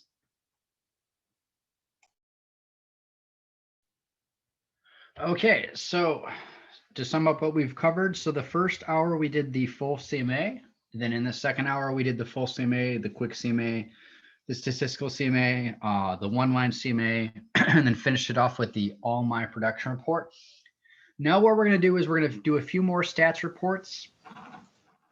And then so let me show you how to do those. I have a question, sir. Yep. So I went on the MLS. I selected my specific neighborhood and went to closed status. And it went off the market date, and it only gives me the date. Now, when I saw yours, it was you were able to put a number of days since closed. Okay, well, let me show you that really quickly. So one thing you need to pay really close attention to when you're doing searching on the left side is watch your mouse behavior, because there's a lot of hidden functionality. So watch what happens when I click on closed or do status and closed. You'll see there's days back and then there's date ranges. These 2 black arrows are a toggle from a absolute date range to a relative date range. And so if you need one or the other, just click on the 2 black arrows, and that's how you switch back and forth between those. Oh, okay. Thank you. Yep. Okay, so we're going to do some stats reports. So just give me 1 second. So the most commonly used stats report is right here, market summary. And this actually should be on your list of 5 things if you haven't made any changes. And the market status or market summary is one of my favorite ones because it does have median data. So we're going to click on market summary. Now, if you're taking notes at home, I want you to write down market summary equals 1 location. Again, market summary equals 1 location. And this will become apparent in just a little bit. And the reason this is important is because the next report we're going to do is the My Market. The My Market allows you to use a search, which will then allow you to do multiple locations, whereas market summary is 1 location. And right now it says Rocky Mount because the last time I taught this class was actually in Rocky Mount. So I'm just going to go do a new location, not select anything, and then click on search, just so we have a fresh page. So if you've never run this report before, this is just going to say residential or the lot. And so what's cool about this is, okay, so we see the number of listings. Look at what's happened with the COVID market. So we see prices going up, inventory is going down. Let's see absorption rate. So absorption rate is generally considered between 0 and 4 months is considered a seller's market. So terms are favorable to the seller. 4 to 5 months is like a neutral market. And then 5 months and above is a buyer's market. So terms are favorable to the buyer. And so we see that it was pretty close to a neutral market. And then in the last, for the rest of the year, it's been a seller's market. And we see the sold to list ratio. So people are getting very close to what they're asking for. Days on the market are going down. And so you see what's expected in a hot market. Now, the reason I really like this market summary report is the summary stats down here. It'll show you year over year. So look at that, 3.87 down to 1.83. So this is number of months. And this is why I like that median. Our median price is $284, whereas our average is $418. That's more than $100,000. It's a huge difference. And same thing with the average and then the median sales price. But it does show you that everything in North Carolina regional is up 17% year over year. And look again, the days on market. Average is 53, where the median's 11. That's why I really like to use the median values, because This is much more instructive than this. People are keeping their houses on the market for too long, where this really shows you how quickly things are moving. Now, this is great and wonderful, but this is the aggregate. This is all of North Carolina regional. And I know most of you probably don't work the entire eastern seaboard of North Carolina and all those different cities in between. I know how spread out it is. I've taught at probably 6 of the boards in North Carolina. So what I'm going to do is I'm going to show you how you can narrow down this market summary for a specific location. Now, remember, I asked you to write down market summary equals one location. What I mean by that is when we go up to customize and then do new location, we can only select one thing here. And I'll show you what I mean. So I'm going to click inside this box. I'm going to do Brunswick Forest and Magnolia Greens. And look what it says. Maximum one location may be selected.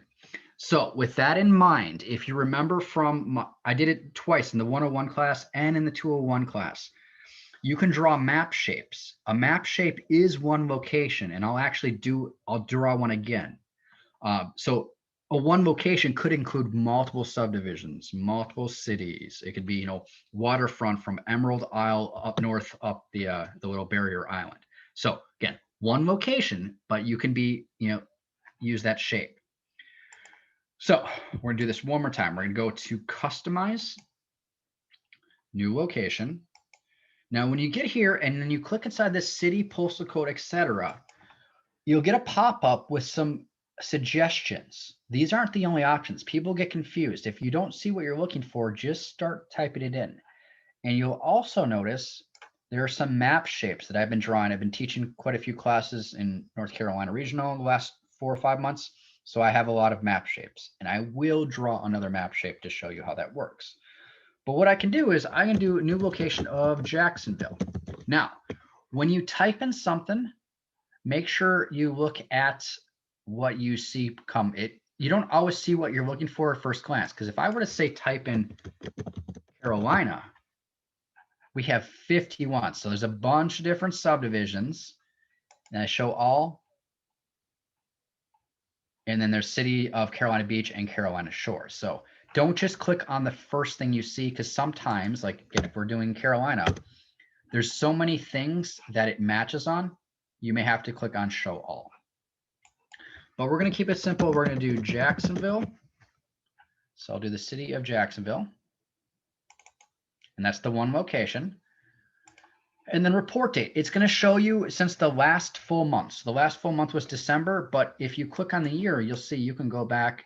As long as there is data, you can go back. So what's cool about this is if you have a client that is convinced this is what the market was like in 2015, you can actually run the numbers on that. So we're just going to use 2020 and click on search. But what's cool about this is this now isn't for all of North Carolina Regional. Certain areas showed stats different than other areas. And I know it happened in your area. A lot of places, the market hit the bottom around 2012, 2013, where it looked like with yours, it was actually later. It was a few years later because of all the military housing and stuff. So look at our number of listings. This is just insane. We started at 581 for active, and now you're down to 210. So you have 1/3 of the active listings in just a year time. And then look at prices. Prices actually are kind of bouncing around. Absorption rate. This is why I like going specific. I like getting granular because we see the absorption rate was already pretty low at the beginning of the year last year, but now it's just obscene. It's down to 0.5. And yeah, if you hover over these dots, it'll actually give you the specific numbers for each month. Sold list ratios kind of bounced around, but it's pretty close to 100%. Days on market, what we would expect to see. And so if we go down, we get those summary stats, and you do have, a breakdown, sold listings, pending listings with the price band ranges, if you want to look at it that way. But I really do like these summary stats. So absorption rate, last year, 2.64, now it's 0.85. So look at that now. So we saw the prices were about 16% for sold for North Carolina regional. Where here, it's not as high. It's only about 11%. So you have the median sale price 164 to 181, median list price 182 to 1. So people are actually listing properties for less than they were last year. So kind of interesting, but look at the days on market, 7. Your median cumulative days on market is 7, where it was 24 last year. Last year was still pretty, I guess it would be 2 years ago, 2019, was still pretty good, but it just shows you how quickly these things are moving. So you have year to dates. So all kinds of great numbers here. So we'll do this one more time. We're gonna go to customize, new location. Now this time I'm gonna do Emerald Isle. I really like that place. I was actually in your area, I believe in August. I drove around the country doing trainings, but nothing was really opened yet. But I did spend a lot of time on the beach. To city of Emerald Isle.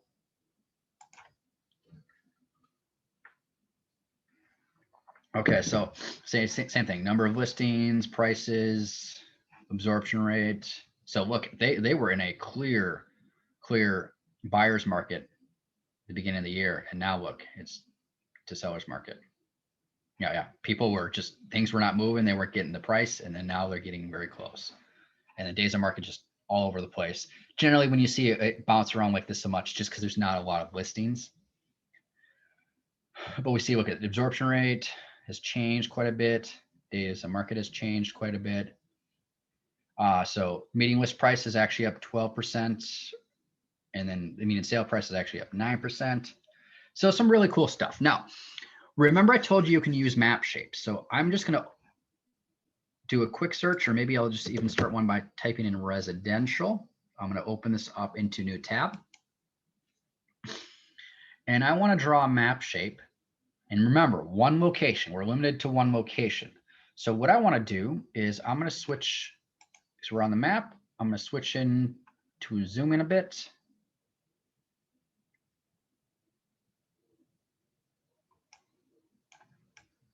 And I'm actually going to draw a shape for all of these right here. So Pine Knoll all the way down to Emerald Isle. Stop moving my mouse and double click. Okay, so I have a shape. Now, whenever you draw a shape, you want to save it. And so I'm going to click on this. Click on edit. And if you took the 101 class or the 201 class, you've probably seen this a few times. So we'll just say Pine Knoll, not pink, Pine Knoll to Emerald. Just something that's easy for me to find it. And I'm going to save it to a map overlay. And I have some, I'll just do my neighborhood. So I have different map shapes. This is like the hierarchy. This is the umbrella term. So I have this shape now called Pine Knoll to Emerald. So what I'm gonna do is, let's just close this out. I'm gonna refresh this market summary report because that shape wasn't there the last time I ran it. So I'll just refresh it by clicking on market summary.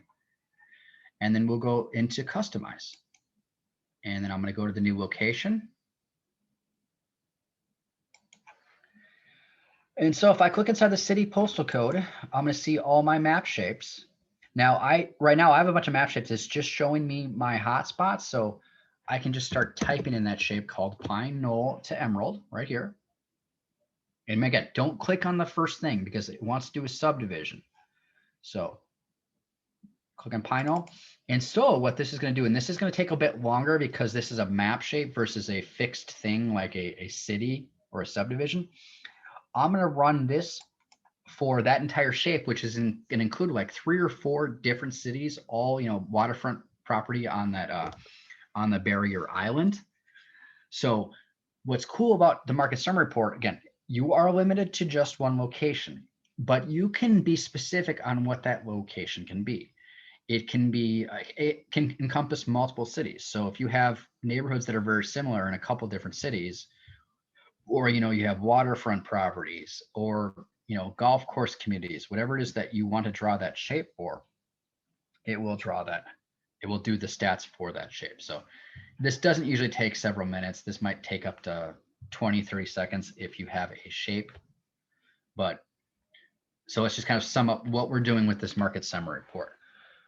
Market summary report, there's no search involved unless you want to, you might have to do a search to save a shape. But really, it's focusing on one location, which is going to be a zip code, a city, a subdivision, that kind of thing. I'm going to keep this running, and I'm just going to actually right click market summary and open up a new tab so we don't lose this. And then I just want to point out a few other things for functionality while this loads. Okay, so when I go to customize and do a new location, I can click on new location, and then again, click inside here, typing what I'm looking for, and then I can do that one thing and run the stats. So that's customized. Well, you also have previous locations. So if I go to previous locations, I'm going to see every time I've run this. And I'm not sure what I did. These are probably matched up to something that I deleted, like a shape, because this is a test account. I delete stuff a lot. But you'll see all the stuff that I've done it on previous locations. And then what you can do is you can click on the star to add it to favorites. Remember, I emphasize this so much in class. Watch your hover text, watch your mouse behavior. Your arrow is your default, but if you see the index finger tells me, okay, I can do something, and then it says add to favorites. So I'm going to add that to the favorites. And then you have the section right here under customize. You can go to favorite locations, and then you'll see all my favorite locations. So I have subdivisions, I have cities. If I wanted to save a map shape. Now, one thing you'll notice, okay, stateside says July, Jacksonville says July. So these actually is kind of cool because it'll tell you the last time you ran this report. So I did Jacksonville in July, and then Tarboro. So I would have been teaching in Rocky Mountain in August, or would have been September then, because it's the last full month. So it'll run since the last time you ran it. So if you want to just update that to say December and click on search, but these are your favorite locations. Now let's see if that one's finished yet. Oh, it's not finished yet. Usually it doesn't take that long, but Murphy's Law, when you teach, something always goes wrong. So let's just run a favorite for Bryn Mawr. I'm going to click on search. Now, the reason when this one is so quick, again, it's fixed data. It's just a subdivision or a city.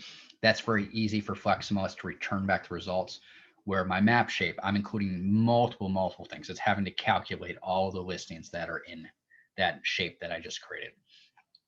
And so we see number of listings, prices are all over the place, but we do see a trend, absorption rates dropping. And then look, there's even some people are getting more than what they're asking for. Days of market, again, when you see a lot of variation like that, this usually means that there's, some months there's a lot of listings, other months there aren't. But you still can glean some really cool information, like what the absorption rate is dropped quite a bit. Median days on market, 16. It wasn't that bad last year, and now this year, even more. So once you've played with these different market summary reports that you like, you can always go to email or print. If you go to advanced, you can export the data. Now, one thing I like about the market report, I don't actually use, you could print out this report, but this report is, graphically it's older. FlexMLS is updating all the stuff, but it takes a long time. So one thing I like to do is go to advanced and export all downloadable data.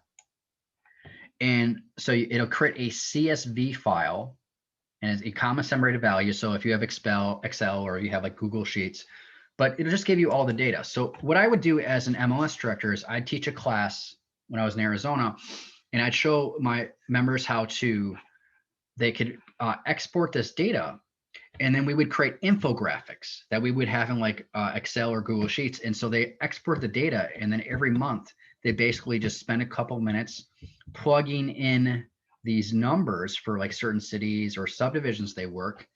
And then they'd have an infographic, something that they could fire off to their clients. Now, I've mentioned this in the previous classes. 80% of people will recommend their realtor to a friend or family member, but something like only 20% remember. Now, you can make sure they still have access to the portal or change their subscription to just once a month and then just let them know what's going on in the neighborhood.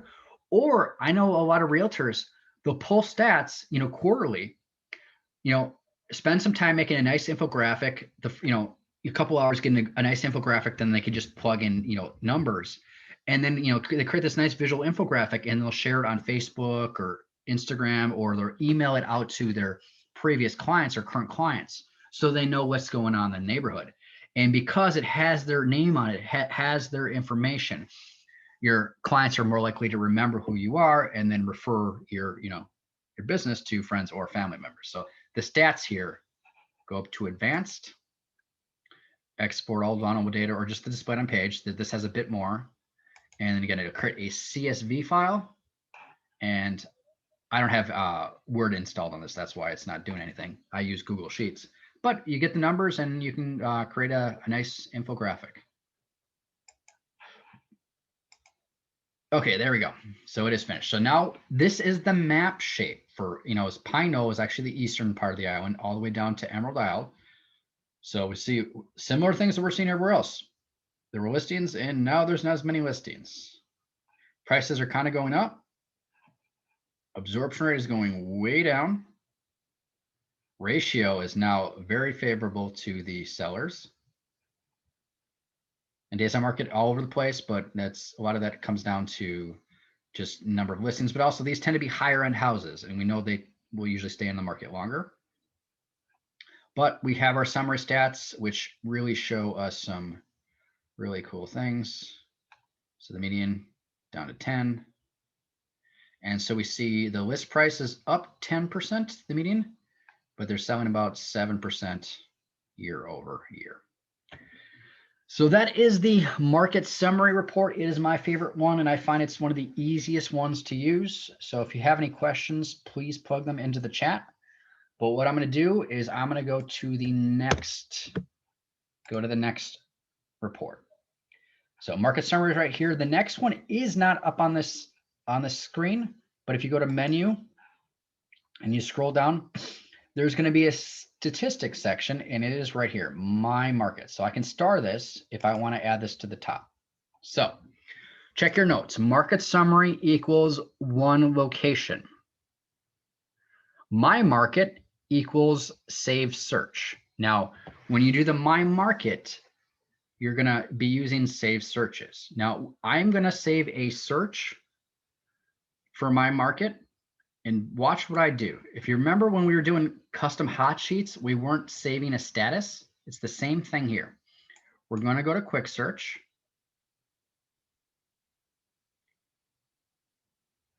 And I'm just going to do the city, or I shall do marketing city of Jacksonville.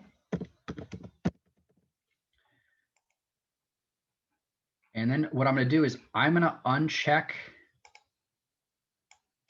status. So we have 209. It's going to jump up to a really high number. Don't worry about the number.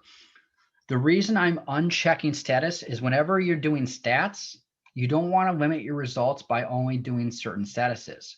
Because in the My Market, we have an option like sold price. Well, if I'm not including sold listings, the stat report is not going to work.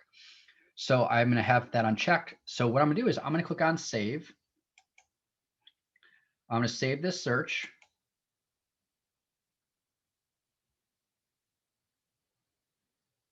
And I'm just going to call this Jacksonville residential stats. Now, the reason I'm calling it stats is so I know this isn't for a client. This is specifically for a stats report. And stats tells me I have no status selected.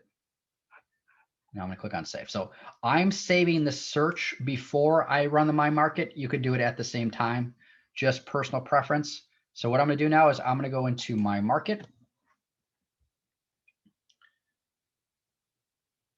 And so you see it has the marketing city of Rocky Mount. The reason being the last time I ran this was for Rocky Mount. So if we go to customize, we can do a saved search or a quick search, personal preference. I like pulling up save searches just so I can keep running these stats. I'm going to go to save search. And where is it? It is Jack's residential stats. Now, pay close attention to this explanation. You'll notice it says January 2019 and then December 2020. You can go back up to 3 years if you'd like. So I'm actually going to switch this to December 2018. So it goes back 2 years, but this could go back 3 years, just personal preference. And then I'm going to click on search. So again, I've saved the search beforehand, so it is available there. And so the reason, again, I'm not doing a status because it's going to narrow down. And what I mean by that is, okay, we have things like sold days on market versus sold price. That's not going to work if I'm only just looking at active and pending with showing listings. So we'll go to inventory. And so we scroll down, we actually see here's the months of inventory, active, new listings, sold listings. And if by going back 2 or 3 years, you really can see a bit of the change. Let me actually run this again. We'll do it for 3 years just so we can see how crazy it's been. So we'll go back to save search. And we'll go back to December 2017. Click on search.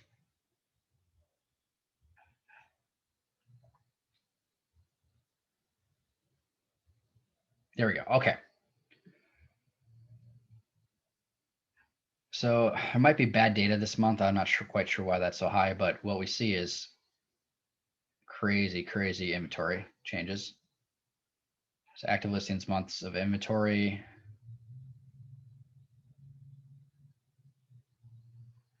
And then I can go to the next one, which is sold days on market versus sold price. If you look at this screen, you just don't see any data. It's because check your search parameters. You're probably eliminating by going in active and pending with showings. Now we see sold volume, average sale volume, sold days on market, and sold cumulative days on market. The reason I'm more of a fan of the market summary report is because it uses medians, where this is going to be the averages. But you still can get some pretty interesting information from this screen.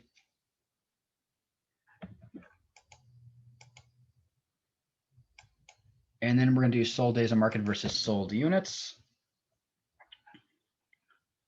So, and what's cool about this is if you don't want to see something, you could always uncheck this and it'll remove it, check it. Again, watch your mouse. You'd have no idea there's certain functionality unless you're clicking on stuff and reading that behavior.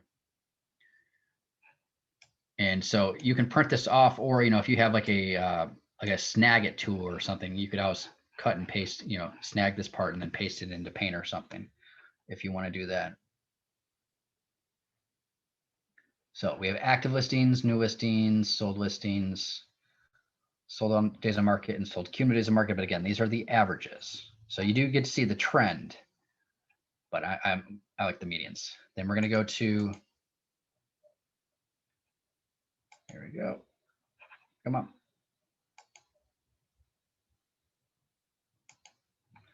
Volume and average price. So this has a lot of stats now. So active volume, new volume, sold volume list versus sale, average list, new average list, sold average list, sold average sale, and then sale price to list price ratio. So this one really is cool because it'll show you people are basically getting what they're asking for. Again, if you want to remove any of these things, you can just click on it to remove it. Now, the only thing I really use the My Market report, because I find there's other stats reports that I like better, is for the hot sheet price change trends. Now, right now, people are basically getting what they're asking for, so this isn't as important. But what's really cool about this is it'll actually show you the average price change drop. So let's say you've run some stats and you see that, in a certain neighborhood, houses tend to be going in 20 days on market. And you're dealing with a client and you've had it on the market for 30 days and they're starting to get a little worried. So you're like, well, we have to drop the price. And they're like, well, I don't want to drop the price. So what you can do is you can run the hot sheet price change trends and just see. Now this could be a city or a subdivision, however granular you want to get, but you could actually see, well, run this and print this off for them and says, well, in this area, this is what the average price drop was last month. Why don't we shoot for that? So you're actually backing your argument up with stats. They don't want to drop the price, but you could show them another report that says, hey, this is what the median, remember our market summary that tells you your median days of market. This is what the median days of market is going for.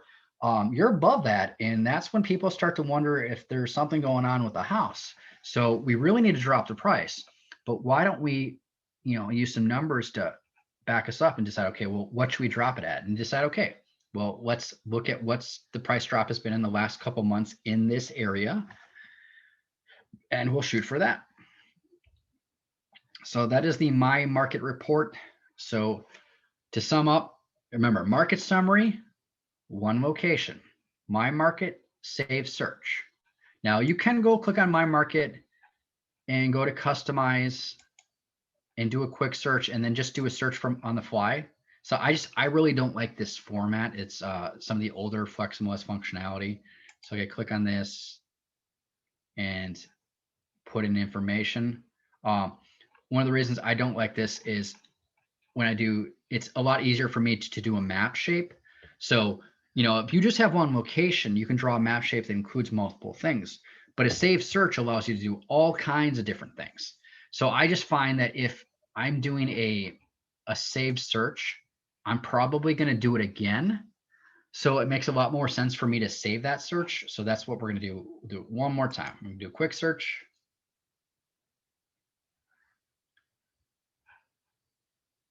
And then this time we're going to do, let's go back to, I think, Carolina Forest. That was one that had a bunch of sales. And so I'm going to do Carolina Forest this time. And then I'm going to uncheck status, because remember, we're doing this for stats. So we already have 1,000 listings. So I'm going to go up to save search.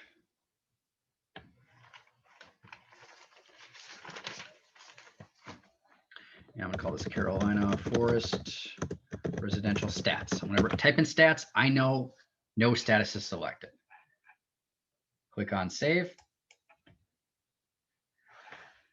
And so I'm going to go back into My Market.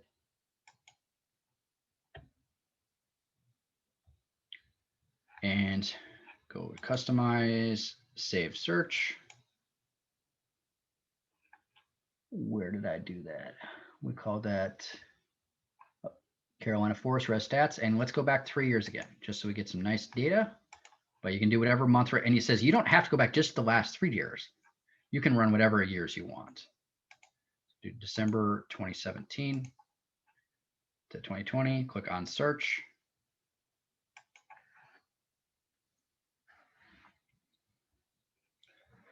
Okay, so what do we see? Hot sheet price change trends. We actually see people are raising.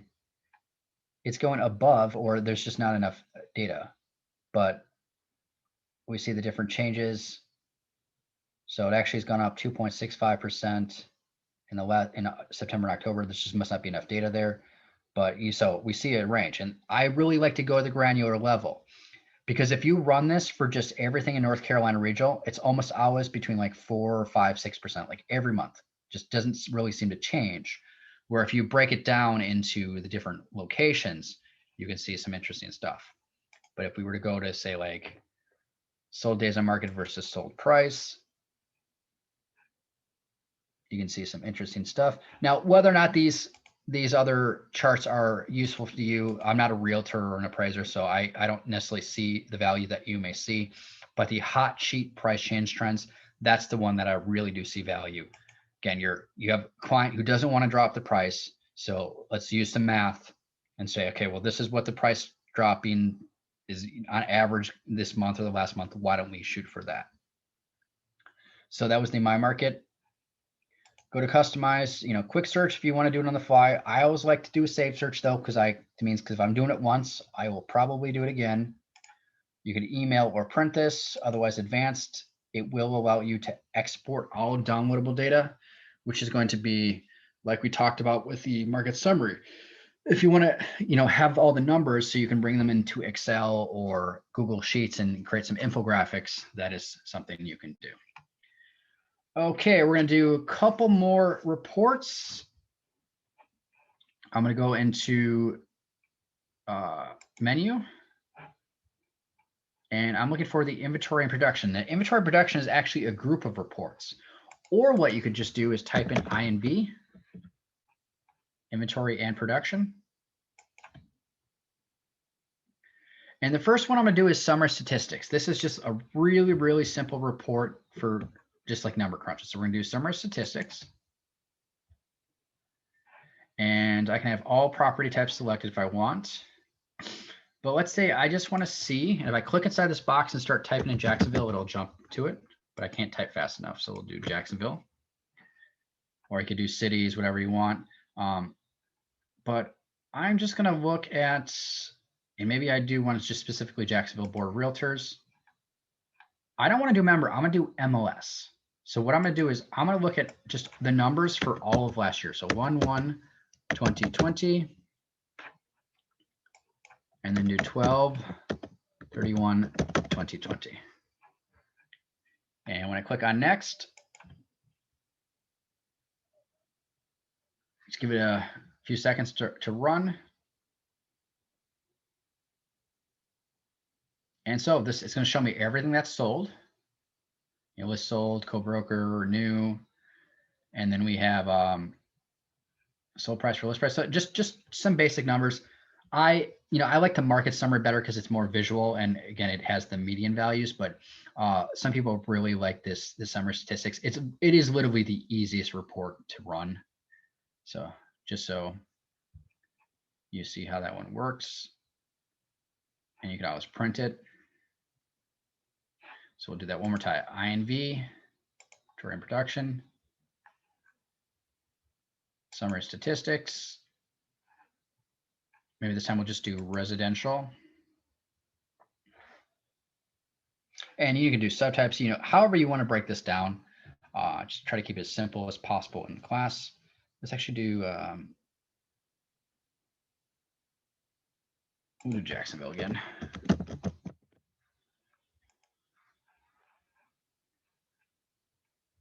And do MLS. And we'll do 1/1/20 or whatever range that I want to do.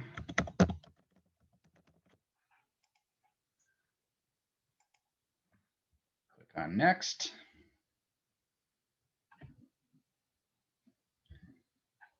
And there we go. So this is just going to be for the market city of Jacksonville. And so we have different numbers. So because there might be other boards that list stuff in Jacksonville but aren't in the Jacksonville board. I'm not sure what your rules are with like MLS of choice. Okay, that is summary statistics. I'm gonna do one more inventory and production report.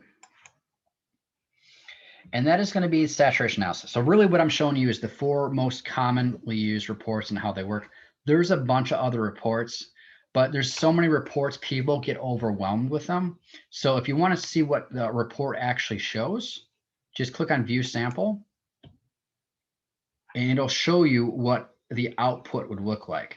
So I don't like to overwhelm people with all the different reports. Basically, the reason there's so many reports is when people would convert to FlexMLS, what would happen is they FlexMLS would recreate a report from their previous MLS vendor. So there's literally like 30 reports because someone would convert over and say, hey, this is what my members are used to seeing in this format. Can you recreate it? So that's how it ended up having so many reports. And there is a lot of duplicate information on those reports. So we're just going to keep it as simple as possible. So I'll go back to inventory and production and saturation analysis. Now this is called the market share report.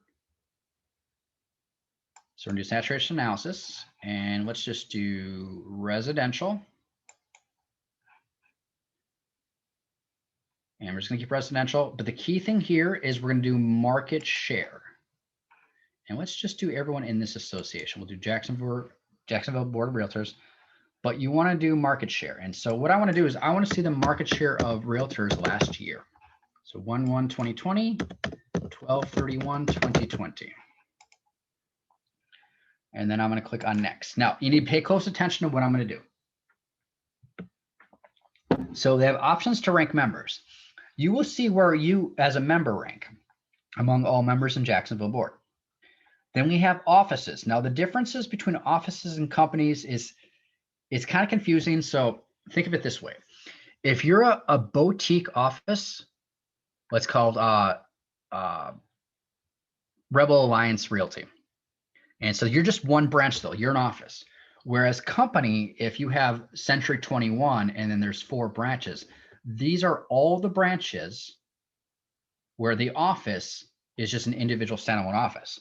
So, but sometimes boutique brokerages are huge, and you sell more than some of the companies like Realty One or Century 21 or Coldwell Banker. So you can combine both of them. So just personal preference, and then rank members in an office. This is so you can see who is selling the most in a particular office. So again, an office is an individual branch, where companies includes all the branches for that company. So we're just going to do rank members, use this selection. And then you can sort by either number or dollar volume. This would be like the number of sales. I like to do dollar volume. Keep it on sold. Now, pay close attention to what I'm going to do here. People make the mistake of clicking listing and selling member. What this means is that you are on both sides of the transaction, dual agency. You don't want that. You want listing or selling member. You want to see if you were on either side of the transaction. And it says, calculate numbers and volume using sides. So what that means is there's 2 different ways to calculate. You get complete full sale, or if there's a listing agent and there's a co-listing, then you get half. So you can compute it either way. Some people like to do it one or the other, depending on which number is higher. I always like to include last year's calculations. And then because I'm not sure how many members on your board, I'm just going to plug in 2,000. I know there's not 2,000, but right now we're just doing Jacksonville. We're just doing your association as opposed to all of North Carolina regional. So I have all of this, and don't worry, I will go through this process one more time. We're going to click on next. Okay, so as usual, the non-member is always top seller, but Terry Alvin Smith is the highest producer of an actual individual person. So 384 sides, we see a volume of 92 million. And you'll notice this says and 1 prior office. What it's going to do is it's going to actually group, every time a person has moved offices, it's going to group all their production together. So whenever you see the and 1 prior office, sometimes you see 2 or 3 if people move around a lot. But what you want to do here is you can always print it. But if you want to see where you're located, just hold on Control and F, or if you have a Mac command, and I'm just going to type in and see if we can find a Jeff, because I don't actually know anyone in the board. Okay, so the first Jeff is Jeff Price, and he has 27 sides with 4.4 million. And then if you keep going over, we'll see last year he had 11 sides with 2.1. So that would be the previous year would be then 2019. And if you're curious what those things are, just scroll up and there you see, there's the last year for 2019, and that is this year. So again, once you print this off, if you want to see where you're located, maybe there's some with my last name, White. Okay, so this looks like some sort of team account. And then we see, okay. And so what we see, we scroll down. Actually, there's 2,000. So maybe it's including all the boards. I thought I did just Jacksonville. But let's run this one more time. So we're going to do inventory and production.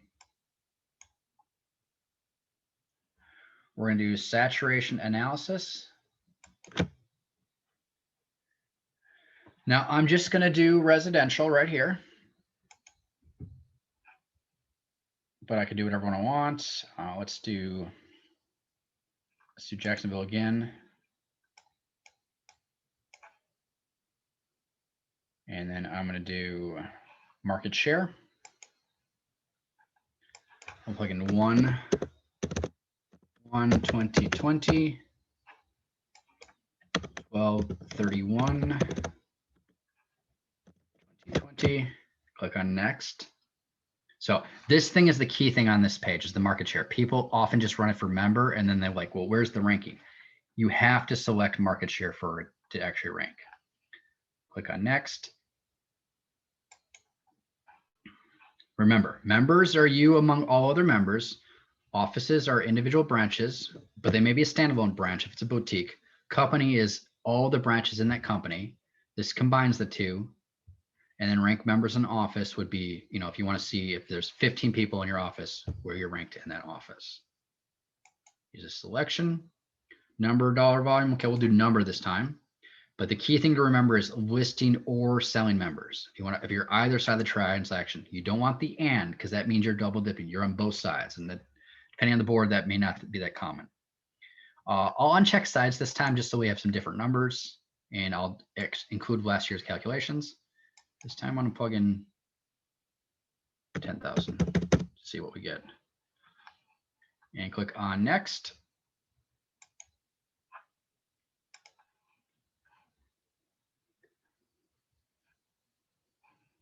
I'm just going to scroll down to the bottom real quick to see what kind of numbers we have. I don't remember. But so now, if based on without sides, we actually have Diane is above Terry. That's why I'm saying people may sort by sides or not by sides, depending on where they rank.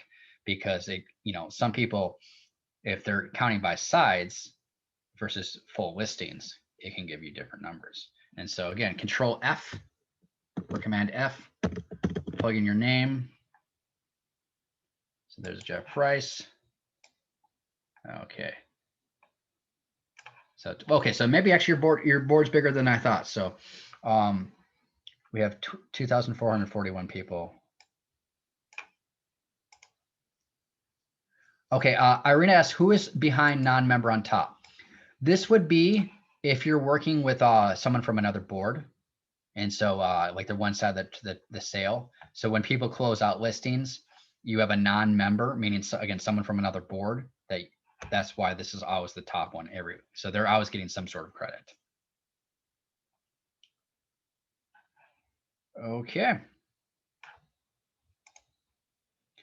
So just to sum up the stats section, what we did is the 4 different stat reports. We did the market summary. Now the market summary, remember, check your notes, one location, and you'll notice it runs the stats for the last location that I did. But if you need to do a new location, go up to customize, new location. And if you click inside this box, it gives you suggestions, but you can type in something if you would like to, like say Emerald Isle.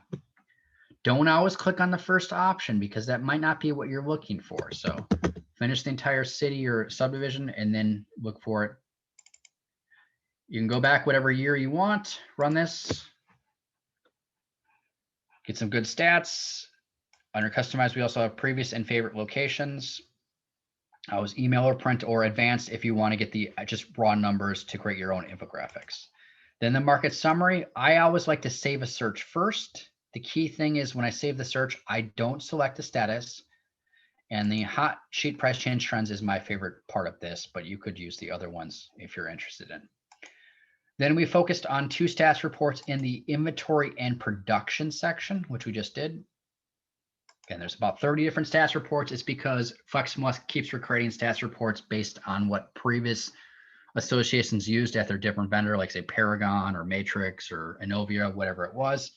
That's why there's so many. But if you want to know what the output looks like, just click on the view sample, and this will show you what it is. So, if you got some time, just go through all the stats reports. And if you notice ones that have data that you're interested in, just make a note of that. But here, what we did is we did the summary stats, which is just a very, very simple way to get stats like for an entire year for like a city or something. But then the saturation analysis, this is the one that's usually the favorite because this is the ranking report. We go into saturation analysis, and the key takeaway from this screen is this right here. You have to do the market summary, otherwise it won't allow you to rank. If you just run member, it just runs stats for you. Okay, so do we have any questions before I conclude the class? This has been 3 hours, and the stats and CMAs class is the hardest one, I know. So any final questions?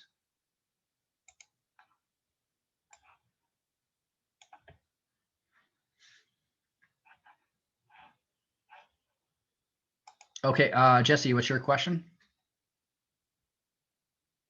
I was going to type it, but I'll just come up. Is there an update to the MLS? Because I know that when the MLS switched over, some of the older sales are no longer in it, like sales back in 2012 and the data from that.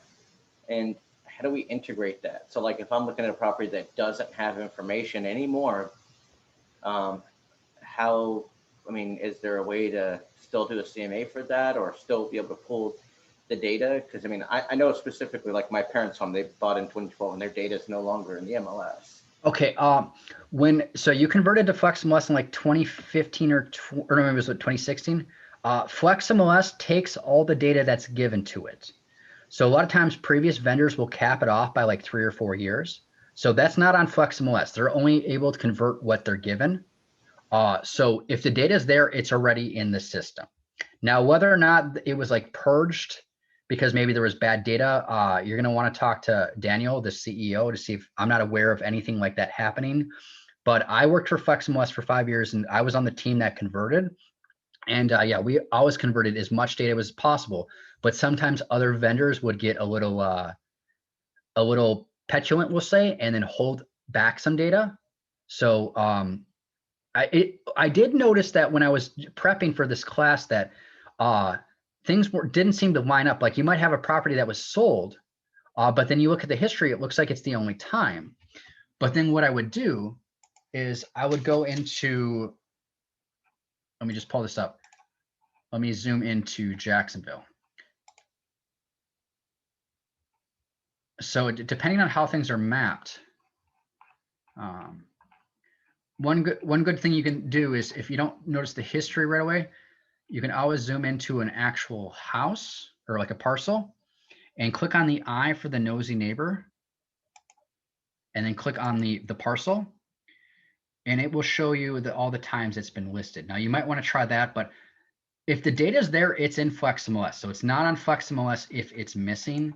But yeah, talk to Daniel, the CEO, if he may be aware if there's like any bad data that was purged, but Flex always brings as much data over. And I've seen it bring over 20 years of data.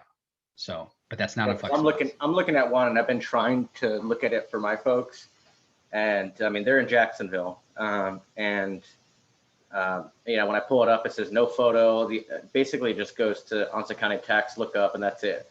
Okay. So what you can do is my email is mlsroadschool@gmail.com. Send it to me. I'll do a little bit of research and I'll reach out to Daniel and see if he knows anything. But I'm not aware of anything, but changes have been made after you converted. Okay. Okay. Anyone else have any questions?